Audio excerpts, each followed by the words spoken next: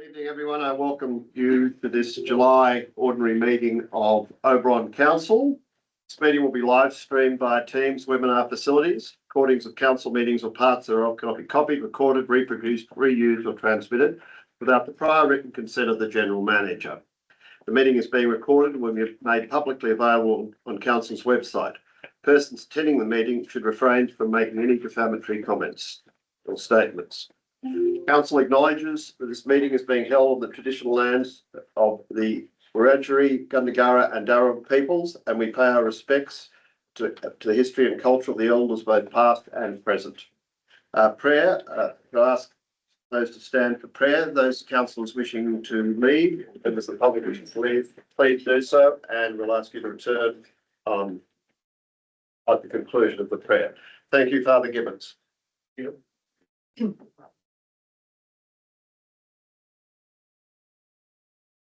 We pray.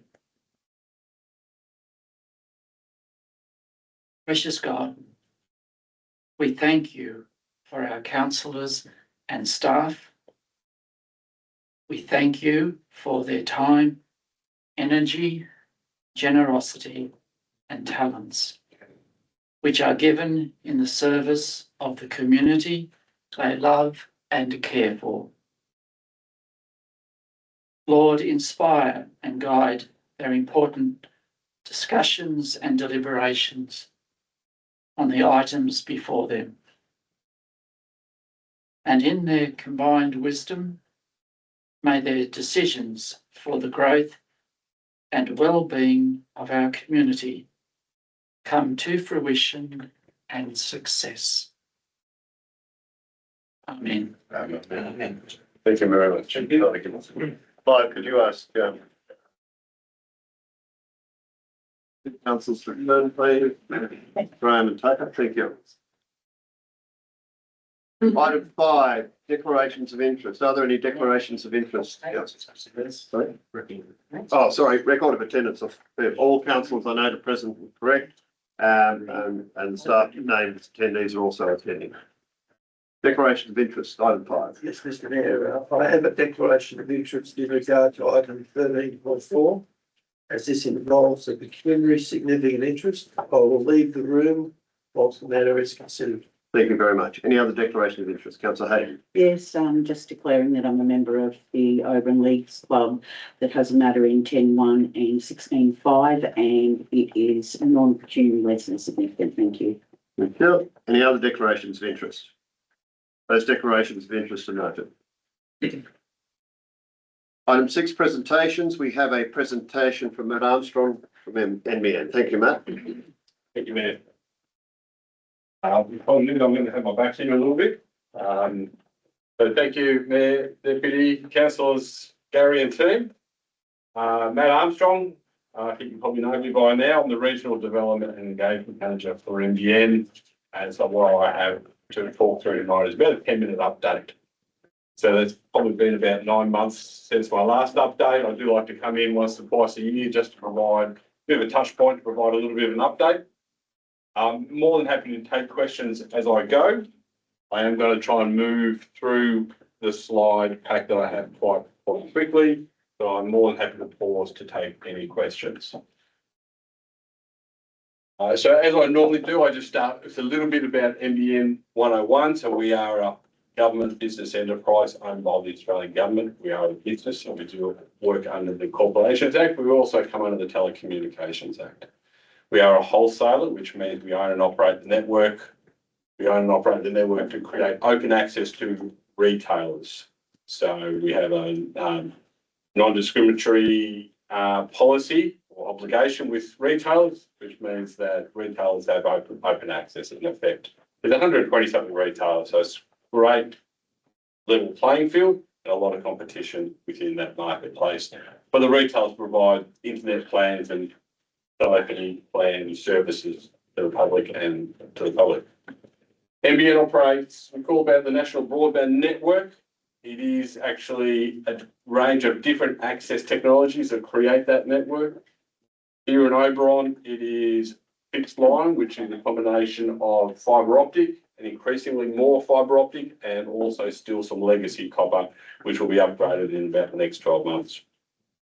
There is fixed wireless, which is a 4G, 5G technology that operates from a tower to an antenna on the roof. And then there is satellite as well. And I've got a further update on the satellite as well. At the moment, they are geo stationary satellites, which means they orbit in sync above Australia, 2 of them, providing constant communication to satellite customers on the ground. They are about 36,000 kilometres above the Earth. Sheer physics will tell you that's a fair way up. So latency and speed are lower than something like a LEO, a low Earth orbit satellite system.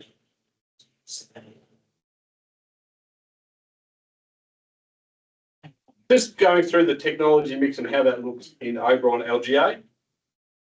So there is about 1,300 fixed line premises serviced by fixed line. It's a combination of different technologies. There's fibre to the premises, which we often call full fibre, which means fibre optic all the way into the home. I'm going to talk about the benefits of that in a minute.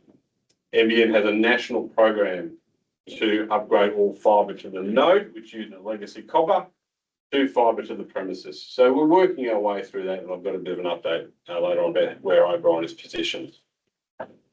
Fixed wireless is, as I said, it's very significant technology, about 33% of premises, and then we also have satellite. So it's about a third to a third to a third in terms of that ratio of technologies from fixed line to fixed wireless to satellite.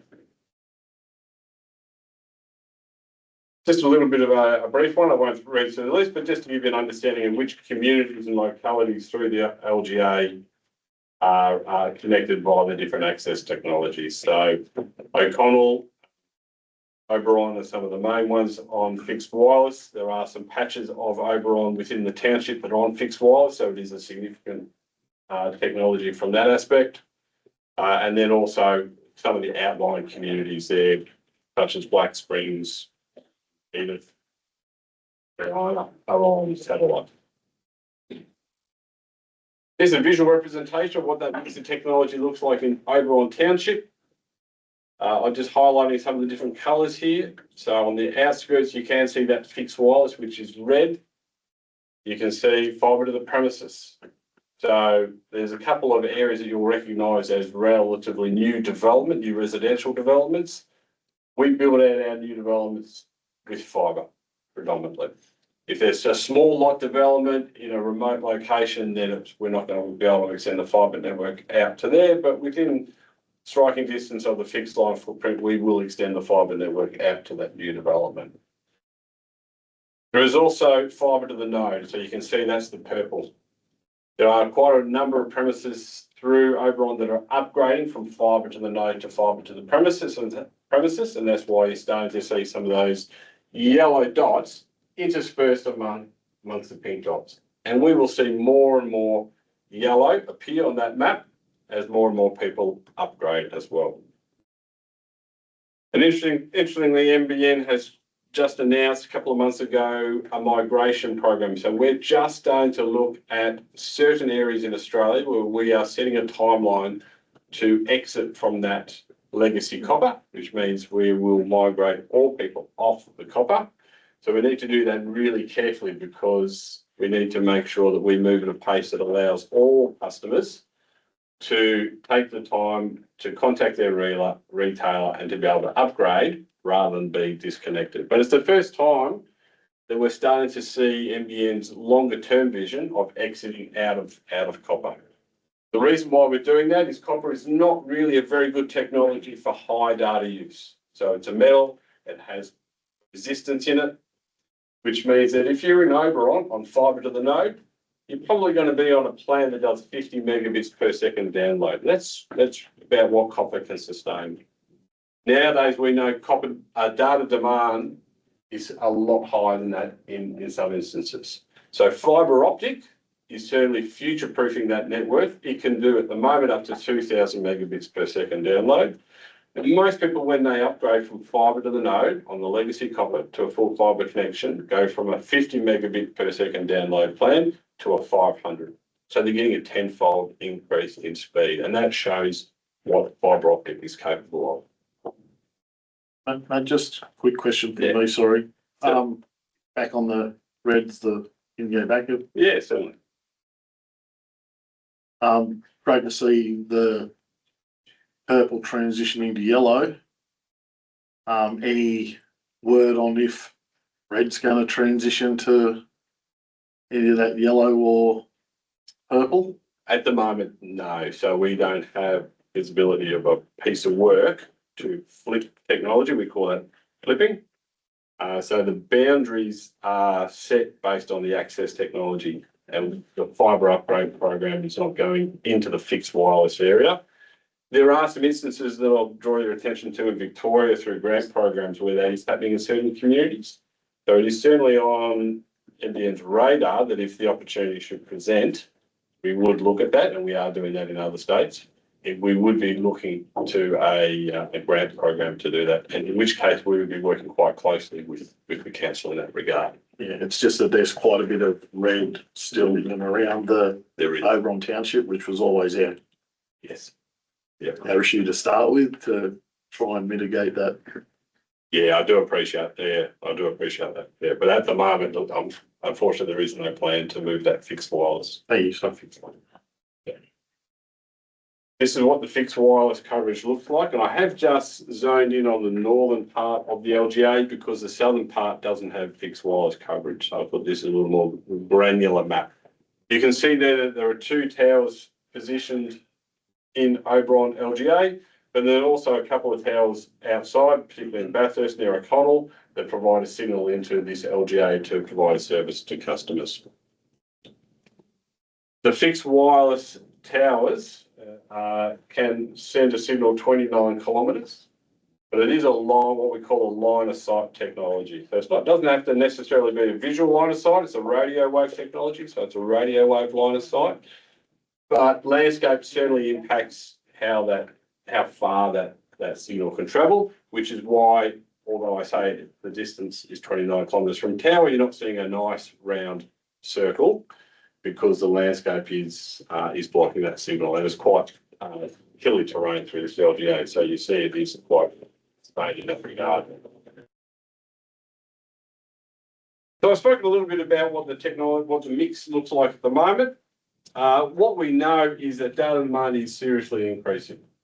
So I've just got a couple of slides to highlight that.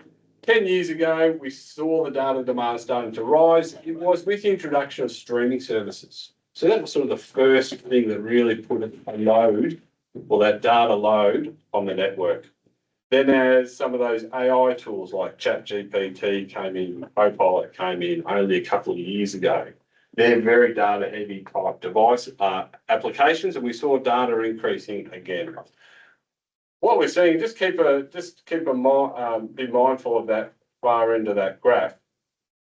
We're not sure what that data demand is going to look like over the next few years. We know it is going to increase significantly as the introduction of new technologies drives that data demand.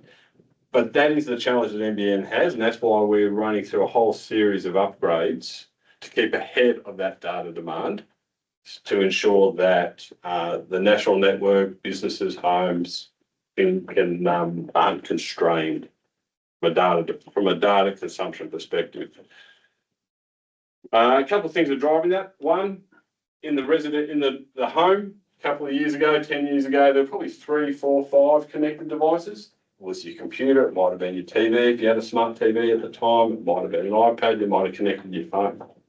What we now know is that there are a whole range of new devices being connected, and that at the moment is up to about 25 devices in a normal home.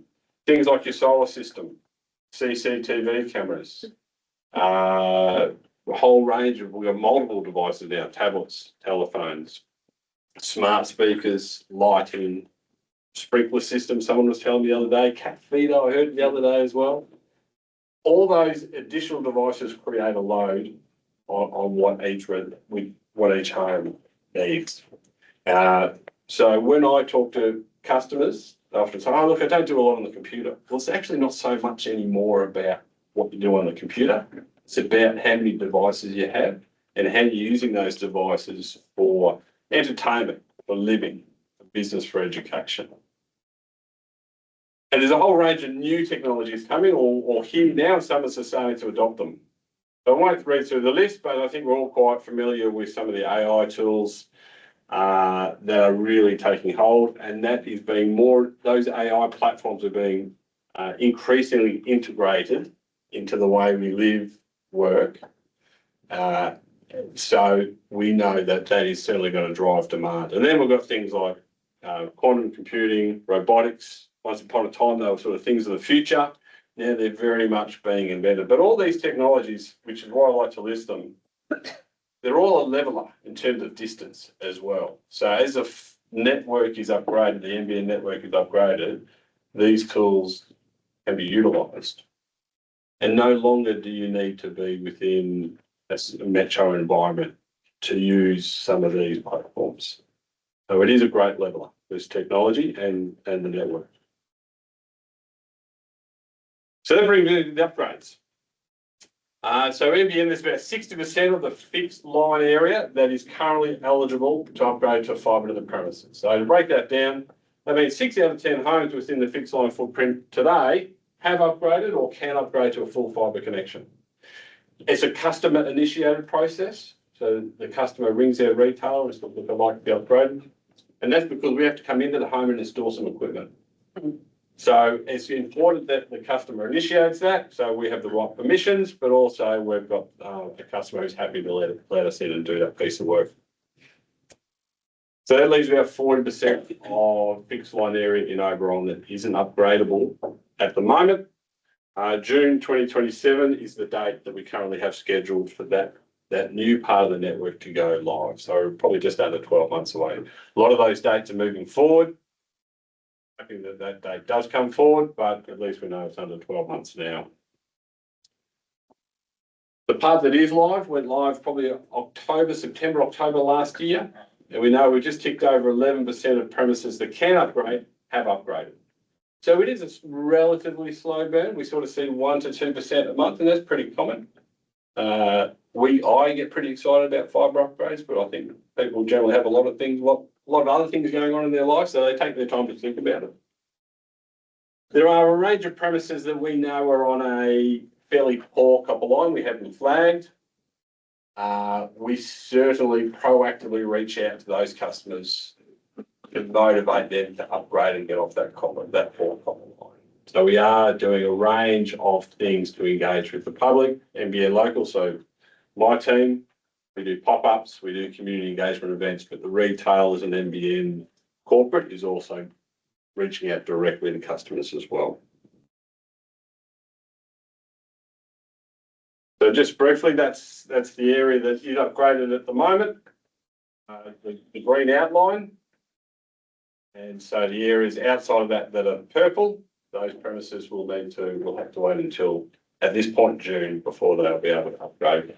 When that network goes live, there'll be a whole range of collateral that gets sent to those customers to alert them to that fact.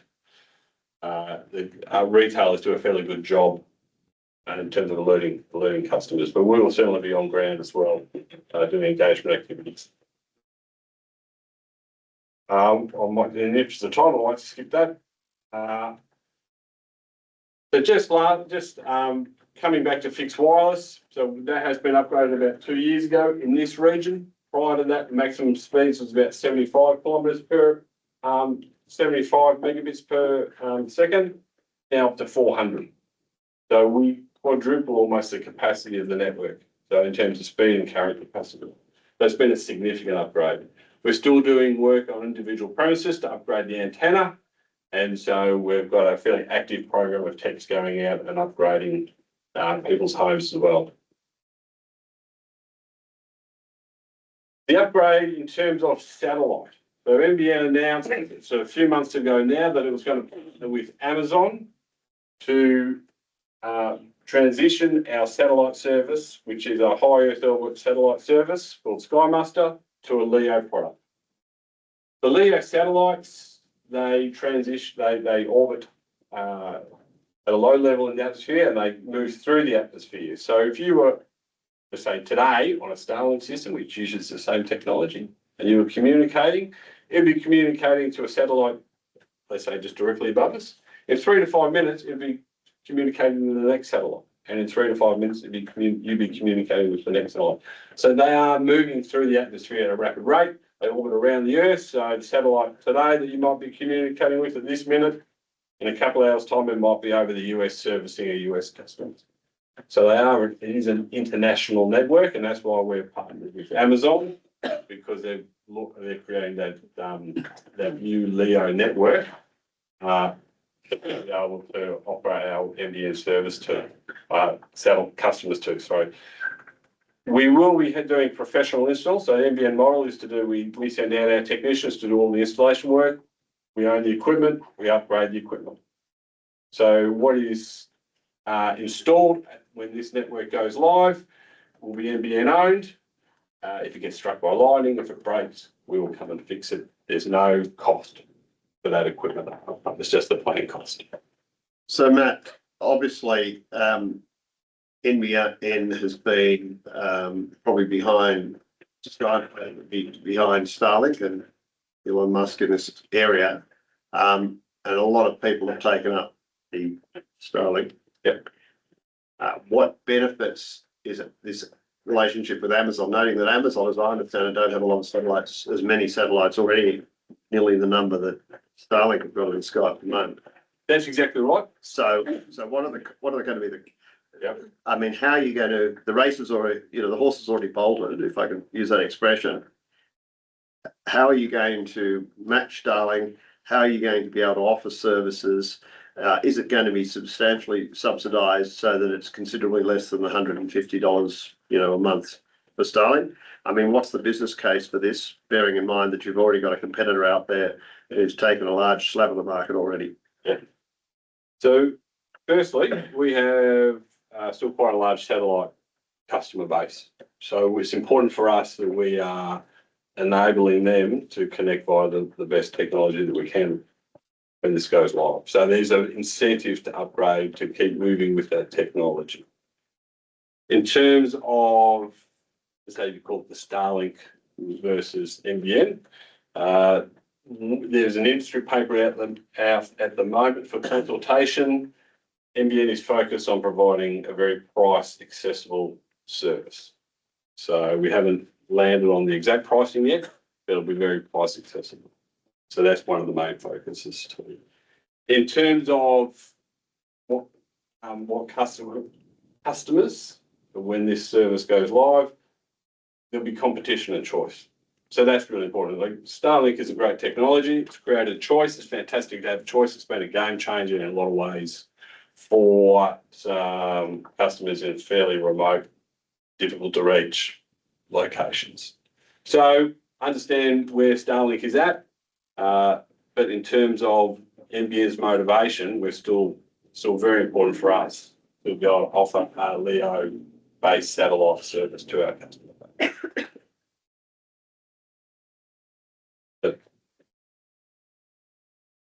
And I suppose in terms of focusing on NBN's strengths, that point about professional install, owned and operate equipment, maintained equipment, that's certainly something that is quite important to NBN operates as well.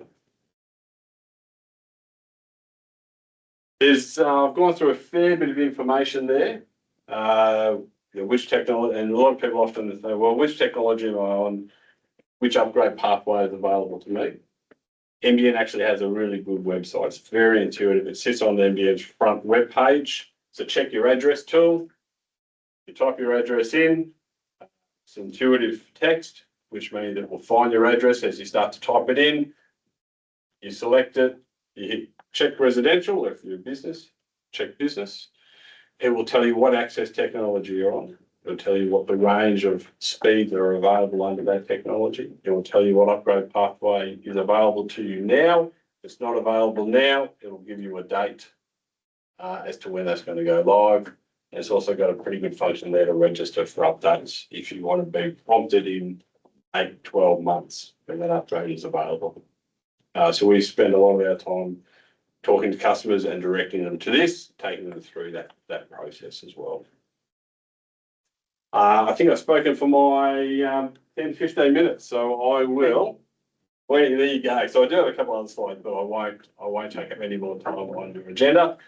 I'll leave my business cards here, and as I always do say, look, I am a resource for this community.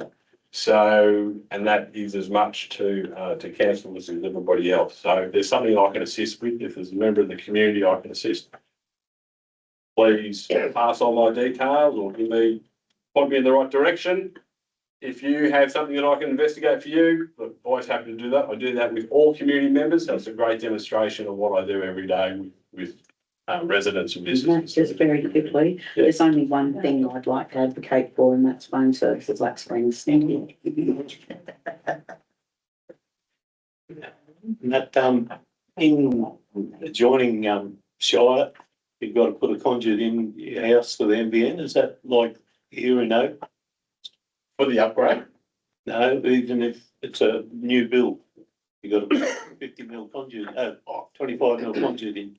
It's a new development process. So there's the developer's responsibility to put pit pipe in and a lead-in conduit. I think that is correct. That we have some really good documentation to guide builders and developers on how to do that. Okay. And it really should be done. Sometimes it's not done, which means that the lead-in conduit does need to be put in retrospectively. But it's something we spent a lot of time talking about. I've got a presentation with master builders in a week's time to educate them and just raise awareness. It does sometimes get overlooked.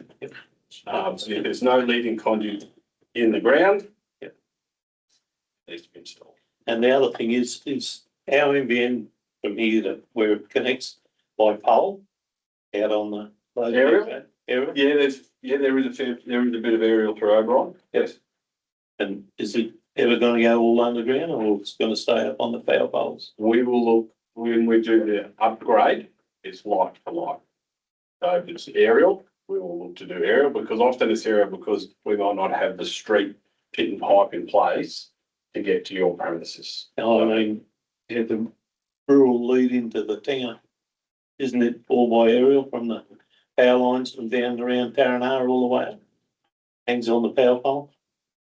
I haven't had a question on those. I would have said not, but you've probably got much more local knowledge than I have. So I'll check that for you. I didn't think it came from that direction, but I'll check for I you. think it comes in and goes underground on Lowesmount Road. Yeah, I'll come back to you. Okay, thank you.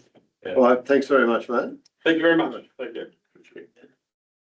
Go to item 8, confirmation of minutes. Ordinary meeting, that is. Oh, sorry, 7, question from the public. The public gallery is open to members of the community. The community should be given the opportunity to ask questions that connects with the council meeting, and the mayor is to ask questions in the gallery, which I'm doing now, prior to commencement of the ordinary meeting. Members of the public wishing to address council are permitted to do so, providing the following guidelines are adhered to. 1, the person asking the question at the council meeting must clearly state their name and in what capacity they're acting. 2, the person asking the question is acting as another person or organisation's agent. They must advise council of their prior consent authority. Questions from the public is not an opportunity for a debate with elected representative or staff. There's an opportunity for the community to ask a question in relation to an issue or put a point of view relating to an issue that may be causing interest or concern. Due to time constraints, of time from the 3 minutes the speaker is allocated. All questions and comments must be directed through me as the mayor. In the instance of a question that cannot be answered, it will be taken on notice, the response given within a reasonable period, or will be provided to the next available council meeting. We received no written requests for questions from the public. Are there any questions? No. Thank you. Move to 8, confirmation of minutes, ordinary meeting 16th of June 2026. Recommendation for minutes, the ordinary meeting held on the 16th of June 2026 be confirmed. On a motion. Councillor Hayden, thank you. Councillor Leveris, thank you. Councillor Hayden. Nothing to add, thank you. Councillor Leveris. Any other comments? If not, I put the motion. All in favour? Carried unanimously. Go to item 9, mayoral minute and report. Recommendations of the report, item 9.01 is received as information. I'll move the recommendations a motion. Do I have a second? Councillor O'Connor, thank you. I think it speaks for itself. Happy to answer any questions in relation to the mayoral minute report. Thank you, Mr. Miller. The forestry art hold a very important position in our community. They do a lot of great work. They've this report here. I recommend it to anyone to read. It's about the fires in area. I note there's a wind farm impact study discussion. Maybe we could get, or if you could circulate a copy of that if possible. I'm not sure if Indofloor has issued the report yet. Okay. We, where I referred to it in here, I was interviewed in relation to that. Okay. Give a view. I think a number of other people were, including RFS representatives, etc., and aerial operators. And after they'd spoken to me, they were going to speak to aerial operators, some in Victoria, etc., and they were looking at international experience. So when that report is certainly published, I'm sure, yes, it'll be available public on the public website is normally when they put it, but I will, when I notify that it's out, I'll notify councils. And lastly, Mr. Mayor, just asking your opinion. Do you think, given their position and what they're doing, whether they come to our council and do a presentation maybe every 12 months? I can certainly ask that. Yeah, they have previously, so we can ask them. They have two consultants who work with them. So I can ask Craig Taylor if they would like to come and do a presentation. Yes, I'm sure they would be prepared to. So we just write to them and we'll allocate or suggest what the council dates are and ask if they do a presentation. Yeah, thank you. Yes, Councillor Hayden. Yes, Mr. Mayor, I just have a couple of questions. 29th of June, invitation to meet with Steph Cook, priorities or issues currently facing the council. And that is in correspondence, and Claire Civil providing measurements for the Burrigal War Memorial. Okay, so I'll deal with the first one. So I was asked to speak to Steph. I haven't had the opportunity. The General Manager did speak to Steph Cook on a number of issues, including water. I'm intending to give her assistant another ring to see if there's another convenient time to speak. In relation to the second item, we had a quote from the stone, indicative quote from the stonemason for some work on the memorial gates and wall and arch. I went to Claire Civil to get a quote to do the foundations for that, because the stonemason had said he needed engineering diagrams, and also spoke to Damien about it. And so I went to Claire Civil, and the Claire Civil came back to me and asked me for some photos. They provided a quote, and I went back to them and said, the quote was quite large. If I do the measurements, will the quote be reduced? I went and did the measurements with Leon, sent them back, and the quote was half. So that's where we're sitting at the moment. I have been at a meeting today with council staff and Ross McDonald and Neil Francis, because Leon couldn't attend, so Neil was sent to look at that and look at some options in relation to that. So it is moving ahead, but we do have a company, who can do the foundation engineering drawings, which are necessary whichever way we move. And just to add to that, on the Steph Cook discussing priority for issues facing water and our council, I'm just wondering if there is another opportunity to meet with those, if you could put forward that there are currently investigations into water quality issues in our LGA, and if there was any available grant funding so that citizen science groups and councils can do some water quality testing around that, because I think it's quite a significant issue. I think that's not necessarily testing from the manipulation. No, it's just around water discussions. Environmental though, is it Minister Penny Sharp, or is it, I don't know. Steph was trying to do something. Okay, no problem. Any other questions? If not, I put the motion as per the recommendation. All in favour? Now, councillors, we have a number of people in the gallery, and we have some staff from Dash here. What I was going to do, proposing to do, if I have a motion and it's passed, is to bring items 13.2 and 13.8 forward. So we'll do 13.2, 13.8, and then we would do 13.4, because I know we've got Jacqueline Burns. So do I have a motion to do that? Councillor Trimmer, seconder. Councillor McCarthy, Can I speak? yes. You're happy to bring it forward. Do you want to speak to it? No. Do you want to speak to that? No, Councillor McCarthy? probably 13.2 first. Yeah, we're going to do 13.2 and 13.8 because that involves staff members' attendance, but 13.4 we will bring forward, and noting that we've already had a council declare a conflict of interest. That's why I've done the order that way. So that you can sit in for the first two and then leave second. Yes, Councillor Hayden. I would like to speak against that, Mr. Mayor. I believe it's much easier and better to go in the way that the meeting is presented. I found myself lost last time doing that because you get speed up a little bit and then we become lost, and I don't agree with moving those items forward. No. That's it. Any other discussion on this? If not, I put the motion. All in favour? Carried by all councillors except Councillor Hayden. And Councillor Tucker, sorry. Sorry, Councillor Tucker, I missed you. All right, so the motion is passed. So we will now move to 13.2. Which is policy 4109, trees on council road reserves. The recommendation is that council 1, note the submission received during the exhibition of the trees on council road reserve policy 4109. 2, adopt the policy as presented, including proposed amendments outlined within the report. 3, delegate to the general managing authority to make any minor editorial changes as required. Do I have a motion, councillors? Councillor Hayden, Councillor O'Connor, thank you. Yes, thank you, Mr. Mayor. I do support the recommendation that council have written through here. I accept the recommendation in all its parts, firstly. I support what council has mentioned through here about developing a separate tree protection policy. I agree that is the appropriate place to deal with matters such as heritage trees, cultural trees, colonial trees, habitat, and so on. And I'm hoping that this can be done before the year's end.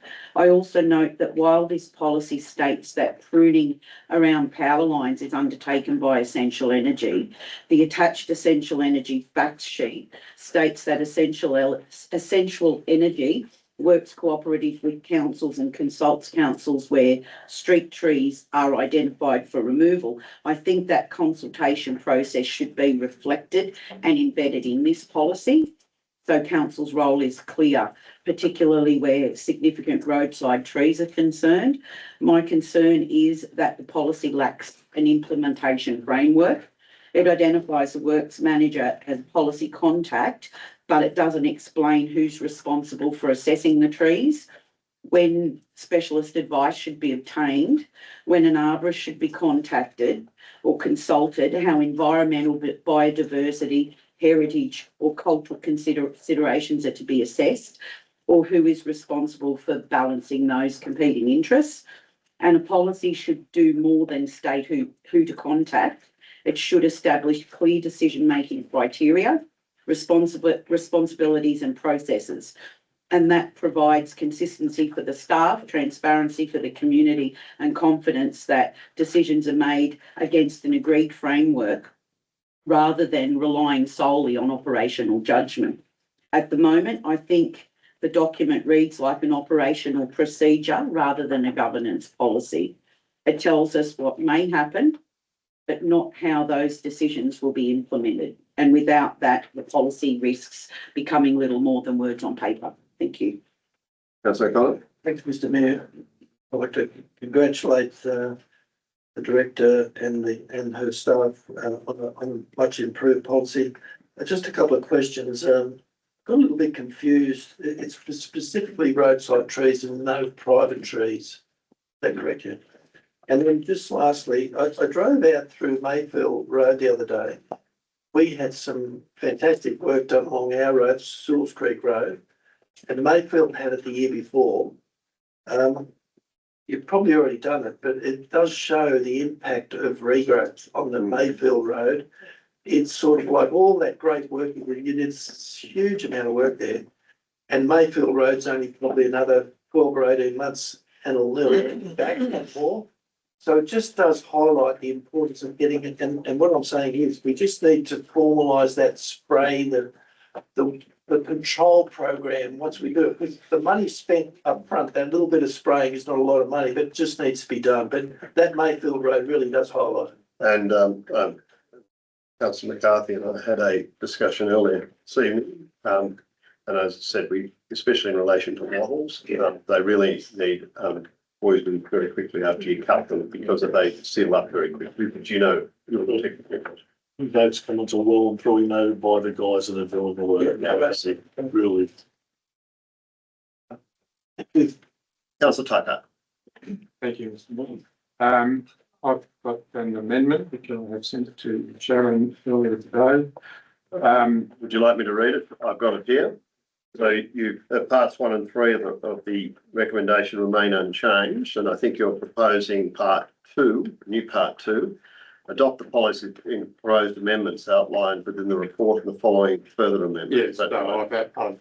I'm suggesting a couple of additional further amendments to what is in this policy in these business papers, particularly in relation to how we work with essential energy. So I am happy that the policy has improved in relation to where residents request pruning or removal of trees, because you do get cases where people just don't like trees and or have spurious reasons for wanting to remove them. So that section has improved. I am still concerned about the way it's going to work with essential energy. The note in the status update basically says that they're going to let us know when they're going to touch trees, and even if it goes to the extent of consultation, as Councillor Hayden was saying, well, consultation appears to be that, well, this is what we need to do and we're going to do it. And so I have expanded on that section relating to essential energy compared to what's in the current policy, if that could. So I think you've said section 3.3 at reference to section 3.7 below, section 3.4 at the end of section. So really the only substantive section is in section 3.7, which relates to how we work with essential energy. So I'm saying that where essential energy is intending to prune trees, that we carry out, that there should be a joint inspection between essential energy and council staff and attempt to agree on the works that both parties are happy with, that achieves the clearance and leaves the tree in a healthy and attractive condition. And in circumstances where that agreement can't be reached, if essential energy say, yeah, we're going to cut this bit out and that's all we're going to do, and that's going to leave it butchered like we've seen in some trees. Councillor Tackett, do you have a second to your amendment? Well, it hasn't come up on screen yet. Sorry. There's an issue with sharing content at the moment. So I'll read it. Part 2, I'll read it in full if that helps you. Or do you want me to read it? Yes, you can read it. All right. So there are a couple of minor changes, which are really just administrative type things. So in section 3.3, where it references essential energy, I've said see section 3.7 below, which is where we talk about essential energy. Same thing with section 3.4. Section 3.7, the heading of that section, I would add the words and removal after pruning. So it's related to pruning and removal, not just pruning. And then I would add a new paragraph which states, where pruning of trees is proposed by essential energy, a joint inspection is to be carried out with council staff in an effort to agree on the extent of works to achieve necessary clearance from power lines while maintaining the tree in a healthy and attractive condition. Where agreement cannot be reached, or if removal of the tree is proposed, a report will be presented to council, including any alternative courses of action available. So that's the substantive bit that I would propose adding into the policy. Second, Yeah, I'll second that. Councillor Lee. So that proposal to refer it to council if there is no agreement with essential energy, or if the tree is to be totally removed, that is similar to what it currently says in relation to requests from private residents. And it just avoids, well, hopefully avoids the situation we've had where trees are disfigured and we've still got stumps sticking out of the ground from trees that were removed 12 or 18 months ago. And you look up in Queen Street and there are some big chunks cut out and they look horrible. So it's an attempt to get some better cooperation between the two parties to avoid that situation. And where we can't reach agreement, it comes to council so we can consider if there's any other way around it. And that's the proposed amendment. Councillor Luke. No, I think that's a good amendment. I think we've got to look at the way the trees are pruned. And I know it does take a bit more staff time and all the rest of it, but to have a second look, I don't think it's should be too costly to the council or Central Energy. So, Councillor Tucker, you're proposing this in all road reserve areas, not just in the township or villages? Everything. Yeah, well, the policy applies to all roads. Yeah, that's what I'm saying, I yeah. think it would mostly be applicable in town. That's why I'm just saying, this could be overly onerous in.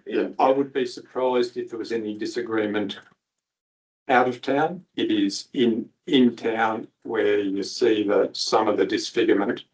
That's where the dissatisfaction has happened, and that's where I think it's most likely to need to be referred back to council. All right, so we've got an amendment. You're speaking in the amendment, yes? Yes, I'd like to thank Councillor Tucker for putting that forward. It gives the policy a bit more bones and implement a better implementation framework there. I also think that it's a good idea for this to be presented broadly across the LGA. There's times out on a lot of rural roads where Essential Energy have cut the side out of a tree and we get a heavy snowfall and it pulls the tree over onto the road. So I believe there should be consultation, and this is actually mentioning within the policy. I like that. Can I ask you already, how much time would this take up if it's extended all across the LGA? Through the chair, the staff have responded to the reason why that was onerous. So I understand where the councillor's coming from. The concern I have is that I'm of the belief that essentially have the power to do this anyway. Like a policy won't necessarily stop them from being able to utilise the powers that they have to deal with this, especially when it comes to the distributed energy supply for town. So I was just trying, while this was being, to see that if I could get something that says, well, if it's something they can do now, the policy that we put in place won't necessarily assist. I think that the director and manager could provide additional information on what that would mean. And I was just talking about the legalities behind whether they can do it anyway. Yeah, through the chair, I'm quite happy to add the word tree pruning and removal to the heading of section 137. However, I believe it cannot be compared with a request from the public, considering the request from the public would hardly have any repercussions on safety, as in power outages, electrocution, or fires. And that it would have if the tree interfered with the power lines. And normally the power lines would have been there before, and then someone would have decided at some point to plant trees underneath it. And thankfully, Essential Energy bears the cost for those tree prunings and removals. And if they believe it's not safe to leave it in a cut state tree-wise, I think it might fall down, then it's removed altogether. Putting a report back to each time a tree is being removed on those instances, I don't believe it's reasonable. And as the general manager had pointed out, Essential Energy has the powers anyway. If we tell them, well, you can't take the tree down now, we've got to put a report back to council, we get back to you in a couple of months. Firstly, I'm not sure how that goes down safety-wise, and secondly, they might start charging us and say, well, we've got to send a crew back out again then, and that might be council. I'm not sure how that can go down. I just, from a practical point of view and the time invest from staff, I believe it's reasonable to to keep the policy as presented with the addition of ant removal to account for Councillor Taka's concern with tree removals to put a report back to council. I did add a section under section 3.4 in there, which is highlighted in red on page 99 of the business paper, with the attachments included. And it says, if found reasonable by council staff upon assessment to remove a healthy tree that does not pose a safety risk, then a report for decision is to be presented to council. So that could be the case if there's impacts on infrastructure, for example, which is not a safety issue and it's a healthy tree, then we believe a report should be brought back to council for decision on the removal of that tree. So I did account for that with regard to have council make a decision on removing a healthy tree that doesn't pose a safety risk. Yes, councillor O'Connor. Thanks, Mr. Mayor. I think we've overlooked a few points here. My experience with essential energy is there's nothing but fantastic in terms of tree removal and power lines on my properties anyway. Secondly, there's probably no greater passion that I've got than trees. I've planted many thousands, and I wouldn't be proposing any policy that would put trees in risk. I think what we've got to hone into here is the term essential energy. Electricity's vital for people's life. I mean, they may have medical conditions.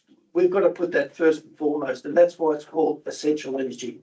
It's not called council's ability to influence what happens. We've got to give some statutory or some body the power to act quickly, decisively, and do a good job. And my experience is they mostly do. It's a public utility, and I think we've got to put some things in front of those feelings we may have about, let's have a meeting and see if we can get some discussion going. This is essential energy. That's what it's called. And we've got to give this body the right to do their job, as we should give our staff the right to do their job. Thank you.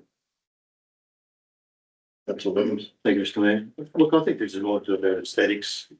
There's about actually removing trees. So I concur with Councillor Tucker. I think it's actually a good thing to sort of have in place.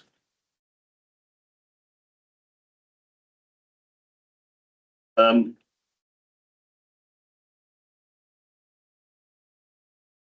suppose the question is if the proposed 3.7 is contrary to the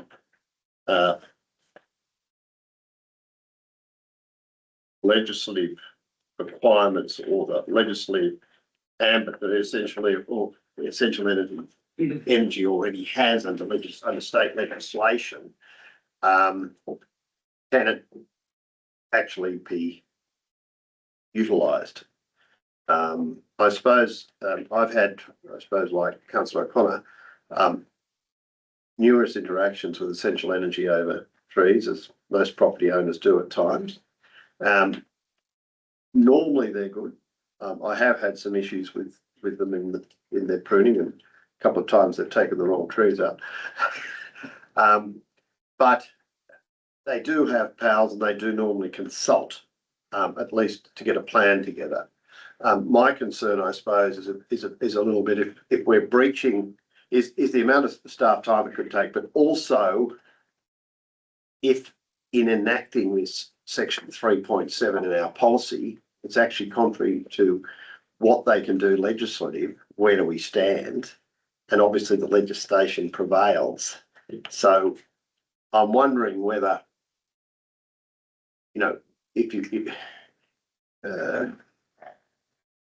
I'm wondering whether it should be, and I think there's already some wording in there about seeking to consult with council. That may be a better way to do it rather than potentially have a clause in a policy that's contrary to actually their legislative. Can I? I will reply, but Councillor Tremblay. Yes, Councillor Tremblay, sorry. Have we confirmed this with the legal position that's essentially, otherwise we just, I don't know what we're talking about. I mean, it's unintended consequences again, something. I mean, I think a lot of people have a problem with the way trees are all over the state. It's not new, it's quite common. Point of order, Mr. Mayor, can we just Councillor Hayden. stop the conversation, please? Yes, councillor Trevor. please. I don't think what Councillor Tucker put forward is an issue, but, you know, unintended consequences if we can't be fighting with essential energy over some trees and power lines. And I don't think our staff are trained in, confirming whether it's a hazard or not. I mean, that's essential energy's job to do that. That's why they come in and do pruning, and if they are meeting with the staff to talk about it, then they come to a decision. We have to leave our staff to do their job. Like, if it has to come to council, again, people around this room who don't have the experience other than we just want to fight over a tree, and it's not always what we can do. Councillor Graham. Thank you, Mr. Mayor. It seems like it's all very well for us to have it in the policy, but essential energy don't seem to have to take any notice of our policy. So you wonder why it's there. They're saying that they've got the legislative power to do it. So do we want them to abide by our policy or not? Because putting it in there, it's sort of implying, well, we'd like you to, but we don't have the power to say you have to. Councillor Lee. Yeah, I think Councillor Tucker's amendment is basically focusing on the way the trees are pruned. Maybe we could consult with whoever's cutting the trees down to do it in a, as I say, they cut down half the tree and you've got a balance problem with the tree. And I think basically that's what his amendment is trying to address, that maybe we could consult with them, Central Energy, as to the way they prune the trees. So, Sorry. I just have to, I have a few things to acknowledge. So, Essential Energies contractors have been in contact with us in the past. There has been new contractors in place, and they have, I can confirm that they have called me in the past week, and we have finalized, been finalizing a day to meet face to face and have a chat about how that's going to go. So the contractors are in conversation with council staff about how these operations are going to go ahead, and they have been doing these things in the past as well. So there has been meetings between these two stakeholders anyways, and I want to highlight again, this policy is about road reserves and safety in road reserves regarding the trees. And I think these are the few things I want to acknowledge about this policy. Thank you very much again. Mr. I know that Councillor Lee spoke twice, so could I add one quick suggestion that may fix all this? Yes, councillor Hayden. I think this could all be quickly dealt with, and also keeping councillor Tucker's by adding a word where we put where pruning of significant trees are proposed, and that would then cover heritage trees. It would cover our early colonial marker trees, which one got removed down Mayfield of 1838. That got chopped down and removed. So there are trees out there that many staff may not be aware of, but if there are significant trees, which can then lead up to a policy that we're going to do down the track, we can refer that back into that. But there are significant trees, and we certainly don't want Essential Energy to come and take protected species or those heritage trees or a tree that's 500 years old. So there are some things that if we add one word, it could fix that, where it's a significant tree of some significant value. Well, I think councillor Hayden, the problem is who's going to determine what's significant? And number two is we still don't get over the potential that the amendment may be inconsistent with the legislative powers that Essential Energy has under the relevant. Well, with that, Mr. Mayor, if I can answer that, all policies are advisory. It's only advisory. Well, it says where agreement cannot be reached, or if with Frizz proposed, a report will be presented to council, including any alternate courses of action available. That's fairly definitive, I would have thought. Councillor Tucker, do you want to write a reply? Yes, thank you. If everyone else is finished. Yeah, the point is, it's along the lines of what Councillor Lee said, but the point is about how the pruning ends up to try to avoid the disfigurement that we've seen. I suppose most councillors have seen a number of places around town where instead of chopping a big chunk out of a canopy, it might be possible to take a bit more, but leave the tree in a more attractive condition and a more sort of balanced condition. That's the idea of having an inspection and agreeing on the extent of works. And it's what Action was just saying as well, that these inspections do happen, and I assume that's the point of those inspections, to try to agree on that extent of work. Mostly that happens well before the prunings to take place. It's not for immediate safety concerns. It is for preventing those problems occurring. If there is an immediate safety concern, well, it just happens. There would be agreement with council staff as to what was needed. It is for those planned works that happen each year or each couple of years. And what I'm proposing is really much exactly what happened for many, many years, that there would be inspections, agreement. They would do a bit more where necessary to maintain the appearance of the tree, and that's the intent of what I'm proposing. Thank you. Sorry, okay, I'll put the amendment. All in favour of the amendment? Councillors Lee, Tucker, McCarthy, Hayden and Olivris. The amendment becomes all in favour of the motion. Councillors Olivris, Hayden, McCarthy, Tucker and Lee.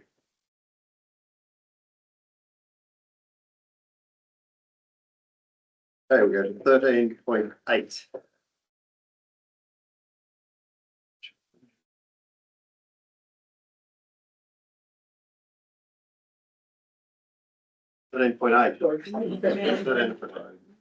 Can I just please note that our sharing function is not working within our Teams meeting tonight, so I can bring it onto the screen so that the councillors can see the amendment, but the members of the public won't see it, so we'll need to make sure we read it. Okay. I note that the sharing function is not working tonight, so any amendments I will read out. Go to 13.8, Roads 2025-26 year-end closeout report. The recommendation is that Council 1 notes the 2025-26 Roads Program Closeout Report. 2, approve the following funding source reallocation for expenditure incurred during the 2025-26 financial year. Noting these adjustments do not increase the overall cost of the roads program, but reallocate expenditure to the most appropriate funding source to maximise external grant funding and minimise reliance on Council's own source funding. A, reallocate $386,835 financial year 2025-26 expenditure associated with the Albion Street project from the Regional Emergency Road Repair Fund to the Regional Roads Block Grant. B, reallocate $96,994 of financial year 2025-26 expenditure associated with the Regional Roads Pothole and Patching Program from the Regional Emergency Road Repair Fund to the Regional Roads Block Grant. C, allocate $29,284 of the financial year 2025-26 traffic control expenditure to the traffic facilities component of the Regional Roads Block Grant.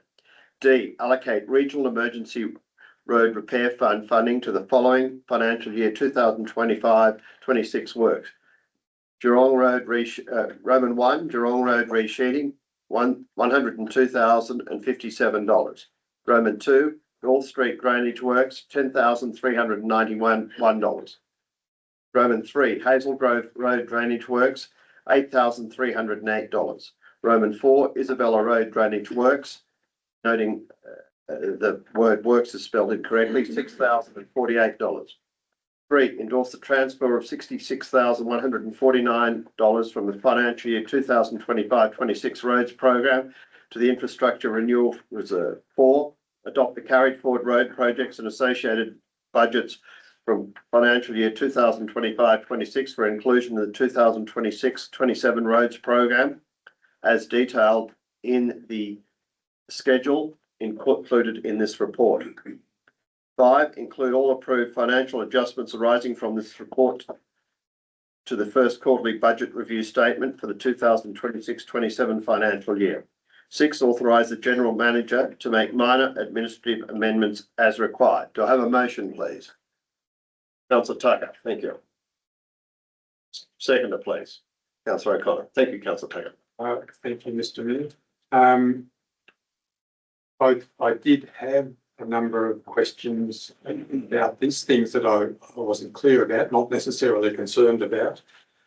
So I sent them through yesterday, and I see that the director has responded to my questions this afternoon, and I see that it's also on the portal for any other councillors who might want to see my questions and the responses, but they have answered my queries. Thank you to the director. I will have one follow-up question to the final question, but that's not going to impact my support for that recommendation or for this motion. The critical thing for me is the paragraph partway down page 207, where it says the proposed funding reallocations do not increase the overall cost of the roads program and do not alter the scope of approved projects.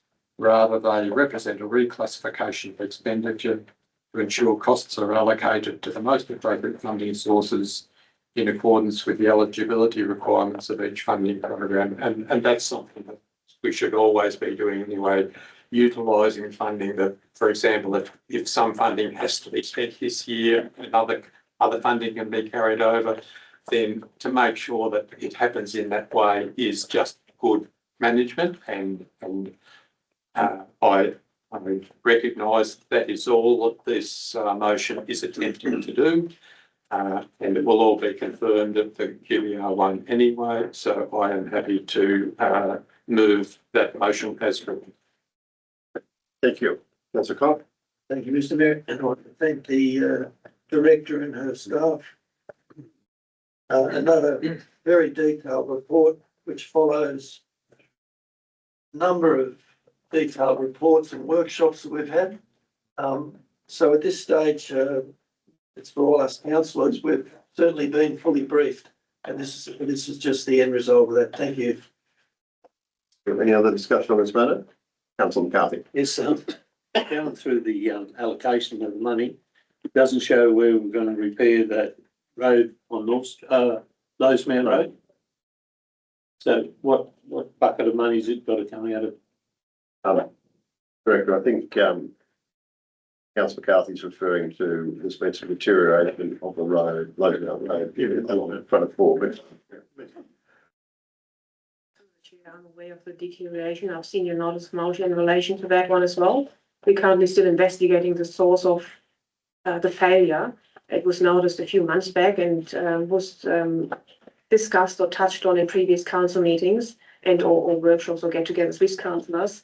We've engaged a specialist forensic pavement consultant to find out why the failure has occurred, and we're still waiting on a response on that. We have also requested some data from Borg on their driveway, considering they've got a weighbridge and they know exactly which weights are coming to feed into that report.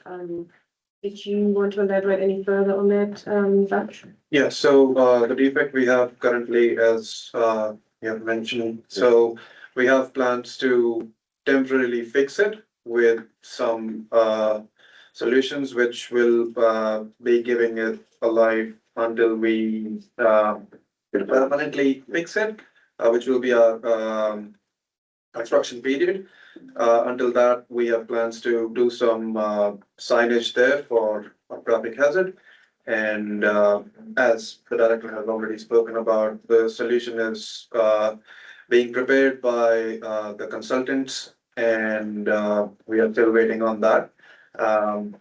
Last time we talked about, we provided them a bit more information on what traffic counts we have, and yeah, that's about it. to elaborate on your question, it doesn't answer where the money is coming from. So at this stage, we are unsure how much it's going to cost to remediate what's failed. I believe we have to wait to determine that before we can determine where we want to take the funds from. It's going to be a larger scale. We may need to shuffle some R2R funding potentially. If it's a lesser scale, there may be other options. So that's yet to be determined. Still report back to council that will follow in due course. And as I understand it, maybe a claim against the contractor if it was a failure of the. I don't believe that's the case. We have considered that, and I believe we can exclude that a contractor was at fault in any other design or seal. So it seems to be another underlying issue that we yet got to determine. My question was, what fund does it come from? That was all. Yeah, I understand that, and we can't advise that. Councillor Hayden? Yes, looking through the report, and after Councillor McCarthy asking around funding for the Lowe's Mount, we've got a couple more roads that we've got to repair, so I'm just wondering around the funding for Campbell's River, like, you know, where's that going to come from? Through the chair, that's a painful one for us currently. So we have put a defects notice in with a contractor on the work related to Campbell's River Road. So then we still need to determine how to fix it on the interim, because so far we've been lucky with weather-wise. So the options are fairly limited considering the heavy traffic on that as well. The other road you may be referring to is Dock Rock. Yeah, that's right. So again, we have had the results from the asbestos testing back, which was fairly positive. You may want to elaborate further. Positive meaning that any fix is not going to, yes. Just to go one step further, I note in the report it's got state roads maintenance, so we're usually a contractor for state road. So I notice in here it states a cost of 480,000 and a further 450,000 was expended on routine maintenance. Is that paid to council?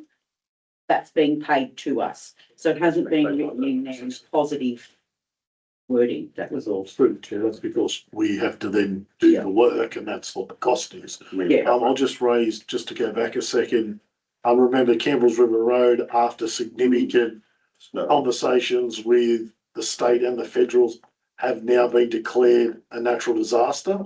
And that funding, when we work out what the best way to fix it, is covered under that particular fund. So we are. This is the Campbell's River Road. The first portion, you push to have that repaired and having that disaster funding. But this failure isn't going to be covered by the disaster funding because the failure wasn't related to any particular disaster. Yes, it was snow and ice. No, the failure wasn't caused by the snow. So Councillors, sorry, through the chair, two different issues. One was the failure based on the weather. The second one is the delamination from the contractor, which we're working through. Yes. So ultimately, that will be funded through a mechanism outside our own source, is what I was trying to give some comfort around. Yeah, and just in relation to that state's road maintenance one, it's got what was expended, but I just can't see where it's listed that it's being paid to council. So it just read like it was something we've expended, not something that we will be getting. well, on state roads, we get 100%, and on regional roads, it's 50-50, as I understand it. That's okay for me, but not for the public reading it. Okay, any other questions? If not, I put the motion. All in favour? Carried unanimously. Thank you. Now we go to 13.4. Thank you very much for your time, and thank you for waiting around.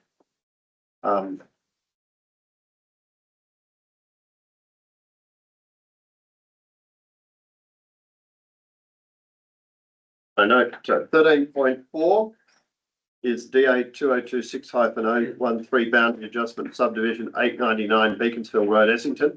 I note that Councillor O'Connor has left the chamber for this item. Recommendation is that 1, council support the request for a variation to the 100 hectare minimum lot size development standard for the proposed lot 17 and approve the boundary adjustment subdivision of lot 2 in DP 1133846 and lot 7 in DP 1252630. 2, council support the request for variations of dwelling setbacks and buffers provisions, section 14.12.9 of the Oberon Development Control Plan 2001. 3, council approved development application DA 2026.013 for a boundary adjustment and subdivision of lot 2 in DP 1133846 and lot 7 in DP 1252630, known as 899 Beaconsfield Road, Essington, in accordance with section 4.16 of the Environmental Planning and Assessment Act 1979, subject to the conditions attached to this report for the following reasons. A, the development is permissible with consent of the Oberon Local Environmental Plan 2013. B, the development is satisfactory despite non-compliance with clause 4.1 and 4.2C of the Oberon Local Environmental Plan 2013. C, the development is consistent with clause 4.6 of the Oberon Local Environmental Plan, semicolon, and D, the development is considered to be appropriate and will not impact the locality unreasonably. 4, a division be called in accordance with section 375A of the Local Government Act 1993. Can I have a motion, please? Councillor Trembath, seconder, please. Councillor McCarthy. Councillor Trembath. I support the recommendation in all four parts. We have done this previously, probably been in the last couple of months. There was a property in McConnell, and prior to that, I recall in another term of council that there was another property on the other side that isn't heard. So I think it's pretty straightforward that we just approve it. Councillor McCarthy. The report says it all. Councillor Hayden. Yes, I appreciate the work undertaken by staff in assessing this application. However, after reviewing the report and the statutory planning considerations, I am unable to support the proposal. My primary concern relates to the objectives of the RU1 primary production zone under the Oberon LEP 2013, particularly the objective of minimising the fragmentation and alienation of rural resource land. While the report concludes the proposal does not further fragment rural land, I respectfully disagree. The subdivision creates additional rural titles and requires a variation to the 100-hectare minimum lot size under clause 4.6. Once additional rural titles are created, that fragmentation is effectively permanent and has the potential to change the long-term use and character of productive agricultural land. I also note that what appears to be an inconsistency in the report. It states the proposal will not increase the number of dwellings, yet elsewhere identifies future dwelling locations on proposed lot 17 and lot 18, together with on-site wastewater servicing and assessment of dwelling setbacks. I would ask staff to clarify whether the subdivision creates additional future dwelling opportunities and whether the cumulative planning impacts of those future dwellings have been fully considered. Similarly, the report concludes the subdivision will not generate additional traffic. While any increase may be modest, it's difficult to reconcile that conclusion with the creation of 2 additional rural lots capable of future residential development. My second concern relates to biodiversity.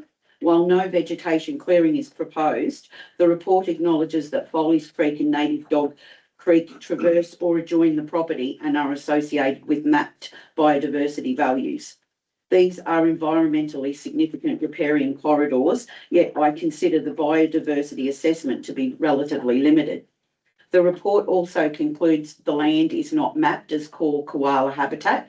However, planning decisions should not rely solely on mapping. There have been repeated observations of koalas within the broader Beaconsfield Follies Creek area, and council has recognised their presence through koala warning signage on Beaconsfield Road. Local ecological knowledge, habitat connectivity and the broader environmental context should also form part of the planning assessment. I also note the report states that no internal environmental referrals were required. Given the proximity to map biodiversity values and recognised waterways, I would appreciate an explanation as to why no specialist environmental assessment was considered necessary, including whether consideration was given to threatened aquatic species known within the broader catchment. Finally, while I acknowledge that that neighbour notification was not required under council's community participation plan, I believe proposals creating additional rural allotments and future dwelling opportunities can have long-term impacts on neighbouring agricultural land, biodiversity and rural character. Greater community consultation in these circumstances would improve transparency and public confidence in the planning process. And for those reasons, I am not persuaded that this proposal sufficiently satisfies the objectives of the RU1 primary production zone, and I am unable to support the application. Any other discussion on this matter? Yes, councillor Taylor. Thank you, Mr. Mayor. I know councillor Hayden's comments. I did wonder, but I will be supporting the motion. But I just wonder if the director might make a comment on the increased housing potential, because I did wonder that as I was reading the report. Through the chair, councillor is quite correct that the opportunity for building entitlement is there with the two lot subdivision, one being 154 hectares. So that's above the minimum lot size. The other allotment, lot 17, is 92 hectares, and that's the variation request is for. If council grant that tonight, then there will be a building entitlement with that allotment as well. So in addition to the existing holding. So there would be a small increase in building entitlement. Correct, and there would be a future opportunity for any dual occupancy as well. Thank you. That wasn't my main question. My main thing is just a question about the process for assessing and reporting on this application. I was just thinking that it potentially puts both staff and councillors in an awkward position, assuming or if this is approved, making a decision in relation to a colleague on the council. So if someone else had previously had an application rejected, they said, oh yeah, they would approve his, he's on the council. I'm just wondering whether any consideration was given at the time to asking someone from outside the council to do the assessment and preparing the report, just to avoid those sorts of potential accusations. I think that, as I understand it, the person involved has employed an external consultant to do all the work on their behalf, so they can stand back from it. And then it has been obviously assessed by council, but most councils throughout the state do it this way, that people remove themselves. And I've had an application before council, I simply removed myself and got a third party to do all the lodgement, etc. Yeah, and that's not quite addressing what I'm asking. Whether instead of staff doing the assessment and preparing this report, whether we considered engaging someone, for example, someone from Bathurst Council or Blaney or something like that. I'll ask the general manager. Yeah. So through the chair, the assessment was done independently by the planning department, and they have no contact with the applicant, or sorry, they've with the applicant, but not necessarily with the council in question.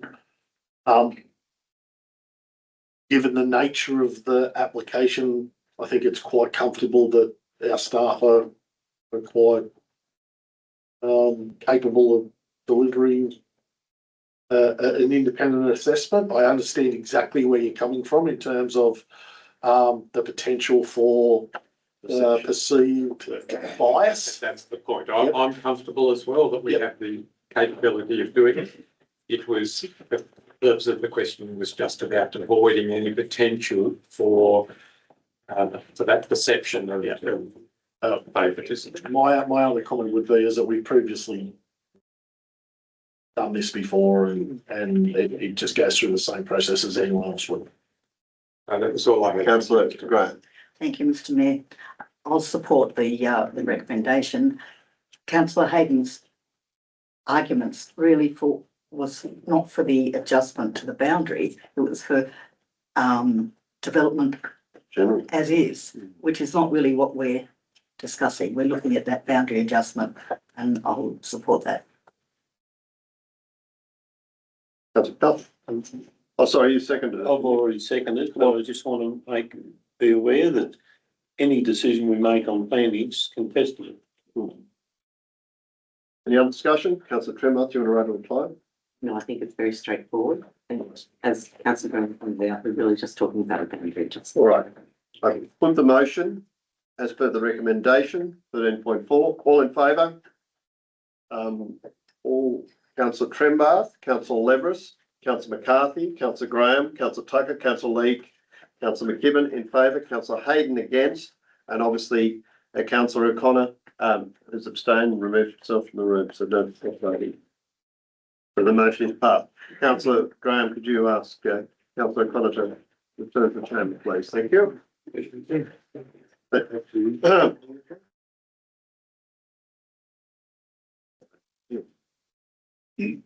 So councillors will go back to item 10.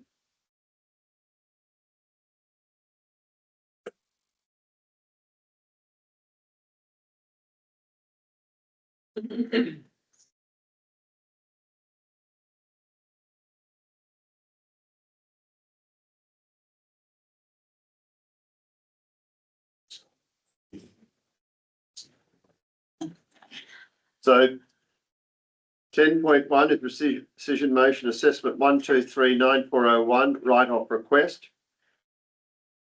Motion is, we the undersigned councils hereby move the following resolution of the ordinary council meeting held on 16th of June 2026 as follows. Moved by Councillor Tucker, seconded by Councillor O'Connor, that Council 1 write off $4,683.83 of water usage charges for assessment number 1239401 to require Oberon League's Football Club to pay the full cost of repair works undertaken by council, including labour, materials and associated on costs. 3, offer a payment plan arrangement. Carried resolution number 40-16/06/2026. Division votes for Councillor McKibben, Councillor Graham, Councillor Lee, Councillor O'Connor, Councillor Trembath and Councillor Tucker. Votes against Councillor Leveris, Councillor Hayden and Councillor McCarthy be rescinded, and the request that the matter be reconsidered at Council's closed session during its ordinary meeting to be held on 21st July 2026. Councillor Trembath, is that your motion? Do you have a seconder? Councillor O'Connor, thank you. Councillor Trembath. Okay, my reason for lodging the rescission motion was simply to allow council to revisit the original decision and give further consideration to the staff recommendation that was before us. We don't normally have recommendations such as that was before us, and we went against it. So I rethought what we did. In my view, the recommendation sought to balance accountability for the repair costs with the broader benefit of supporting a constructive new partnership for the facility. That is the issue I believe deserves further consideration. For that reason, I ask councillors to support reviewing the matter in confidential so we can remain focused on the original motion, the staff recommendation and the circumstances that were before council at the time. Councillor O'Connor. Thanks, Mr. Mayor. I too would support this motion now. I also a signatory. Yeah, I don't want to revisit the reason that this rescission motion's been put before us, but I do think it's important that we go back and look at that again, given that it was a recommendation by our council, and I think they had good grounds to do that. And I know it's against their normal policy to write off. So I too Just be careful what you say. Sorry. So I too put this forward to go back. Yep. Thank you. Yes, Councillor Hayden. Yes, Mr. Mayor, I support the reconsideration. I note that the rescission notice gives the public no explanation till now for why the original decision was considered unsatisfactory. I support the reconsideration of this motion being heard. However, after now seeing that the rescission motion is in public and everyone can see what the original water charges were and the person is named, it really no longer becomes totally confidential. Well, it doesn't state the original water charges, and it states a figure of what is to be written off. So that's incorrect, and you have to be very careful, Okay, Councillor Hayden. correct. I would Okay, But, I'm happy to support the rescission motion, but I would like to move that the order of business be changed and that we bring 16.5 into the public part of the meeting. Mr. Mayor, I will withdraw the request for this rescission motion. If it can't be dealt with in confidential, I'm withdrawing it. Well, I'm just asked. I am withdrawing it if this cannot be considered in confidential. I'm happy to have that conversation. I just wanted to have some. Confidential, yeah, before it stays in confidential. The party involved with this has indicated they're happy to have it in confidential. The general manager can make a determination. Okay, I just had my say, that's all. Fine, thank you. It will remain confidential. This is a standalone rescission motion as it stands. We're not talking about what's in confidential. Right, any other discussion on this matter? I put the motion. All in favour? Councillor Trembar, Councillor O'Connor, Councillor Leveris, Councillor Hayden, Councillor McCarthy, Councillor Graham. Against Councillors Tucker, Lee and McKibben. Thank you. Motion is passed. Thank you. We go to 10.2. Establish a monthly community Q&A councillor workshop. Motion is. It's the mayor of a different motion. Motion is, as I understand it, as has been put up by Councillor Hayden, establish a monthly community and council information session on a date and time determined by the general manager. 1, 2, confirm that the session is open to the public, live streamed and recorded where practicable, and is an information sharing forum only with no decisions or votes. 3, confirm that the purpose of the session is to, Roman 1, receive community feedback. Roman 2, discuss strategic matters and community priority. Roman 3, review information reports, and Roman 4, request future reports or information. 4, direct the general manager to establish the necessary administrative arrangements for the session, including public notice, appropriate staff attendance, and a brief action register where appropriate. Is that your motion, Yes, Councillor Hayden? Mayor. You have a seconder. Thank you, Councillor Leveris. Councillor Hayden. Yes, this has been previously deferred and I decided to change the wording through, from what is in business papers to this to make it a little bit more succinct. It's not about creating another decision-making meeting. It's giving council the opportunity to hold discussion around works, discussion around finances, discussion around any strategic decisions that we need to make in the proper framework that local government requires. Since the changes to the meeting framework, councillors no longer have a structured opportunity to meet with staff, discuss general operational matters, emerging community issues or strategic priorities in a transparent setting. As a result, we are often presented with completed reports and expected to make decisions without having had the opportunity to explore broader issues or seek context beforehand. The proposal fills that gap. It provides a regular community and councillor information session where councillors can raise issues coming from the community, staff can provide factual information and updates, provide reports, and the community itself can attend if it wishes. Councillors don't have to be at the meeting, they can even zoom into that. That facility is available for that. Some months there may be significant community attendance, other months there may be very little, and it's perfectly acceptable. The important point is that the opportunity exists and that no decisions are made and no votes are taken. Any item requiring a decision would come back to the ordinary council meeting in accordance with the local government's and council's code of meeting practice. And it's important to understand that good governance is more than simply voting on reports in a council meeting. It requires councillors to understand issues, ask questions and engage with the community and staff before decisions are made. So this motion provides a transparent way to do that. The current changes to the regulation has created uncertainty about what discussions can appropriately occur outside formal meetings. Rather than leaving that uncertainty resolved, this motion proposes a transparent information session with clearly defined boundaries. Thank you. Councillor Leveris. Thank you, Mr Mayor. Look, I support this motion because it encourages greater discussion and community engagement and still ensures council decisions are made in a formal council meeting. I guess what I would like to see is the word generally, sort of before held monthly. It just gives the GM more flexibility, I guess. But other than that, I'm actually okay with the motion. Thank you. General Manager, can I ask, noting the 2026 regulatory requirements, how do we ensure that this proposal does not breach those by potentially raising issues that are coming up at a forthcoming meeting or something? So through the chair, that's the big elephant in the room that both industry have asked from LG and are waiting on a response. I know that Local Government New South Wales has provided a pretty forceful letter to the minister at this point in time to start putting some definitions around these things that they believe to be uncertain at this point in time. So it asked me what I think about this at this point in time.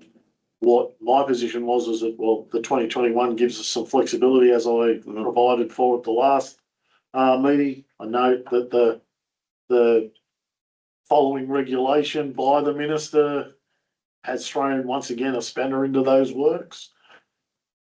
If you continue to have sessions that are open to the public and invite them along and have discussions about nothing, that potentially causes confusion in your community about doing certain things, but where staff are progressing on developing workshops for councillors, we're going to use the provisions that we have available to us that are still open to us in the 21 model code, which we're trying to deliver on these things as well, because I've said it before, council staff are as frustrated by this as council laws in having open discussions with their councillors. Now, I just don't want to cause confusion in our community that whether something's discussed and not determined.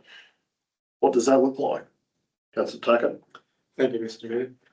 I'm certainly sympathetic to what Councillor Hayden is trying to achieve. I'm not quite sure at the moment which way I'm going to vote. It's going to partly depend on the clarification I'll seek in a moment.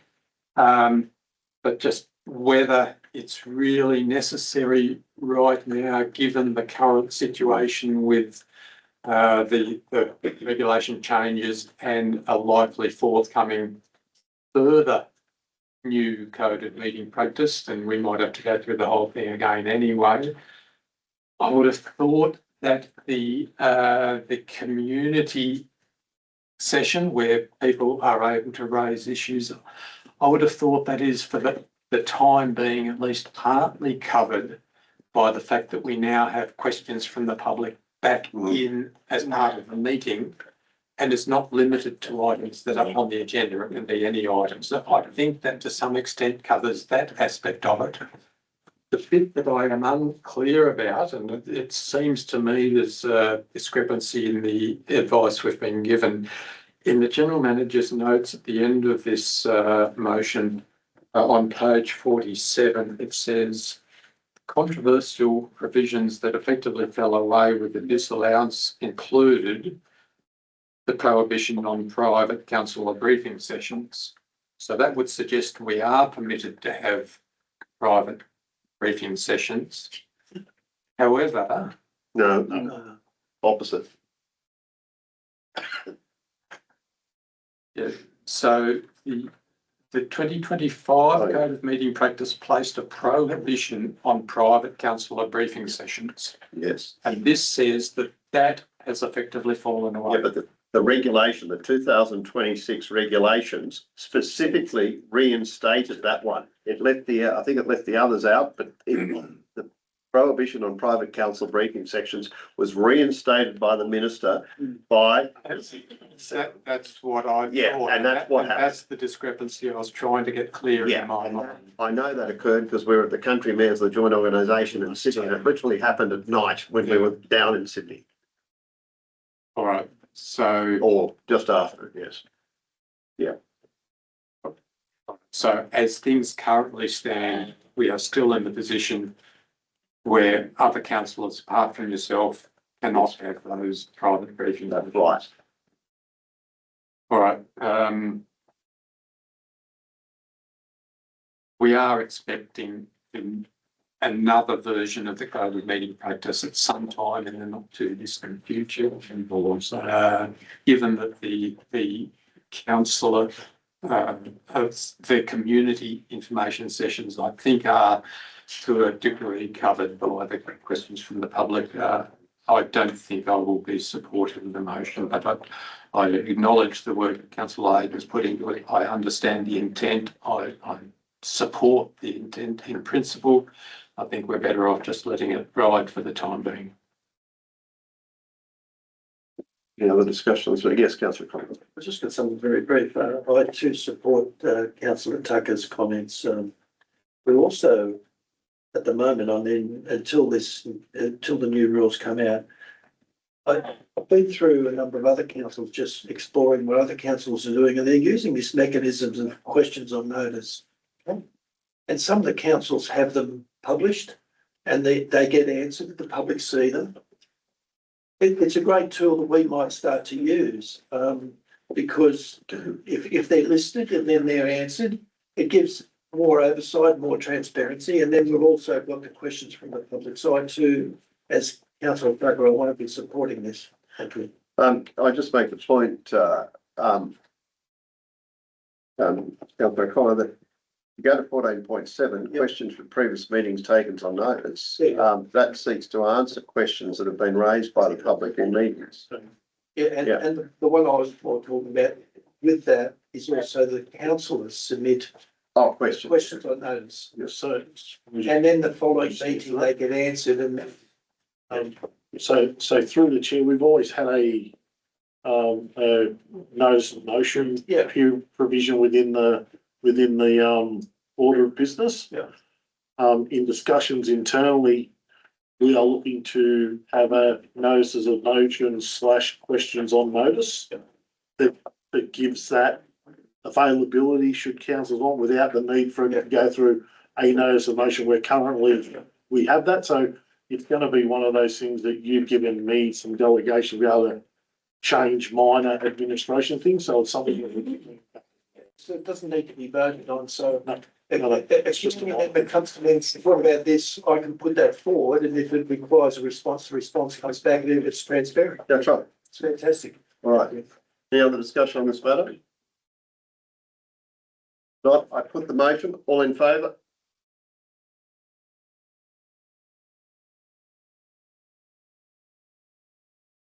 All right. The motion fails. Unanimously. Yes. We go to 10.3, Lowesmount Road roadworks. The motion is the council received a full and detailed report of the roadworks at Lowesmount Road that has failed. Column 1, the report of the light has failed. 2, why it was not hot mixed, as some council requested this from the start, noting it's THIS. The source of 3, the source of funds to be used to fund the repairs. 4, why Oberon Council staff started the road works on a Monday, yet Samuel Plumbing were still identifying service depth of power, gas and comms cables Wednesday week after work had commenced. 5, why Oberon Council commenced the work but don't complete it. Councillor McCarthy. That's your motion? Yes, Mr. Mayor, that's You have a seconder? pretty straightforward. Does you have a seconder? Councillor Leverett. There's a few things in there, and I think as you read through the report, we've had Peter Elwin and Mark Ryan put a water main through there. They would have identified all the services when they would have done that construction work. And we went and done work above the height of the water main. Yet we had Samuels there for nearly 10 days at a massive cost, identifying the services again. Surely goodness we have a record system that, anyway. And why I keep harping on the hot mix, the original seal wasn't too bad. And if you follow the Darling Causeway at the moment, the RMS are putting hot mix over the top to strengthen the existing roadway down there. We could have done the same.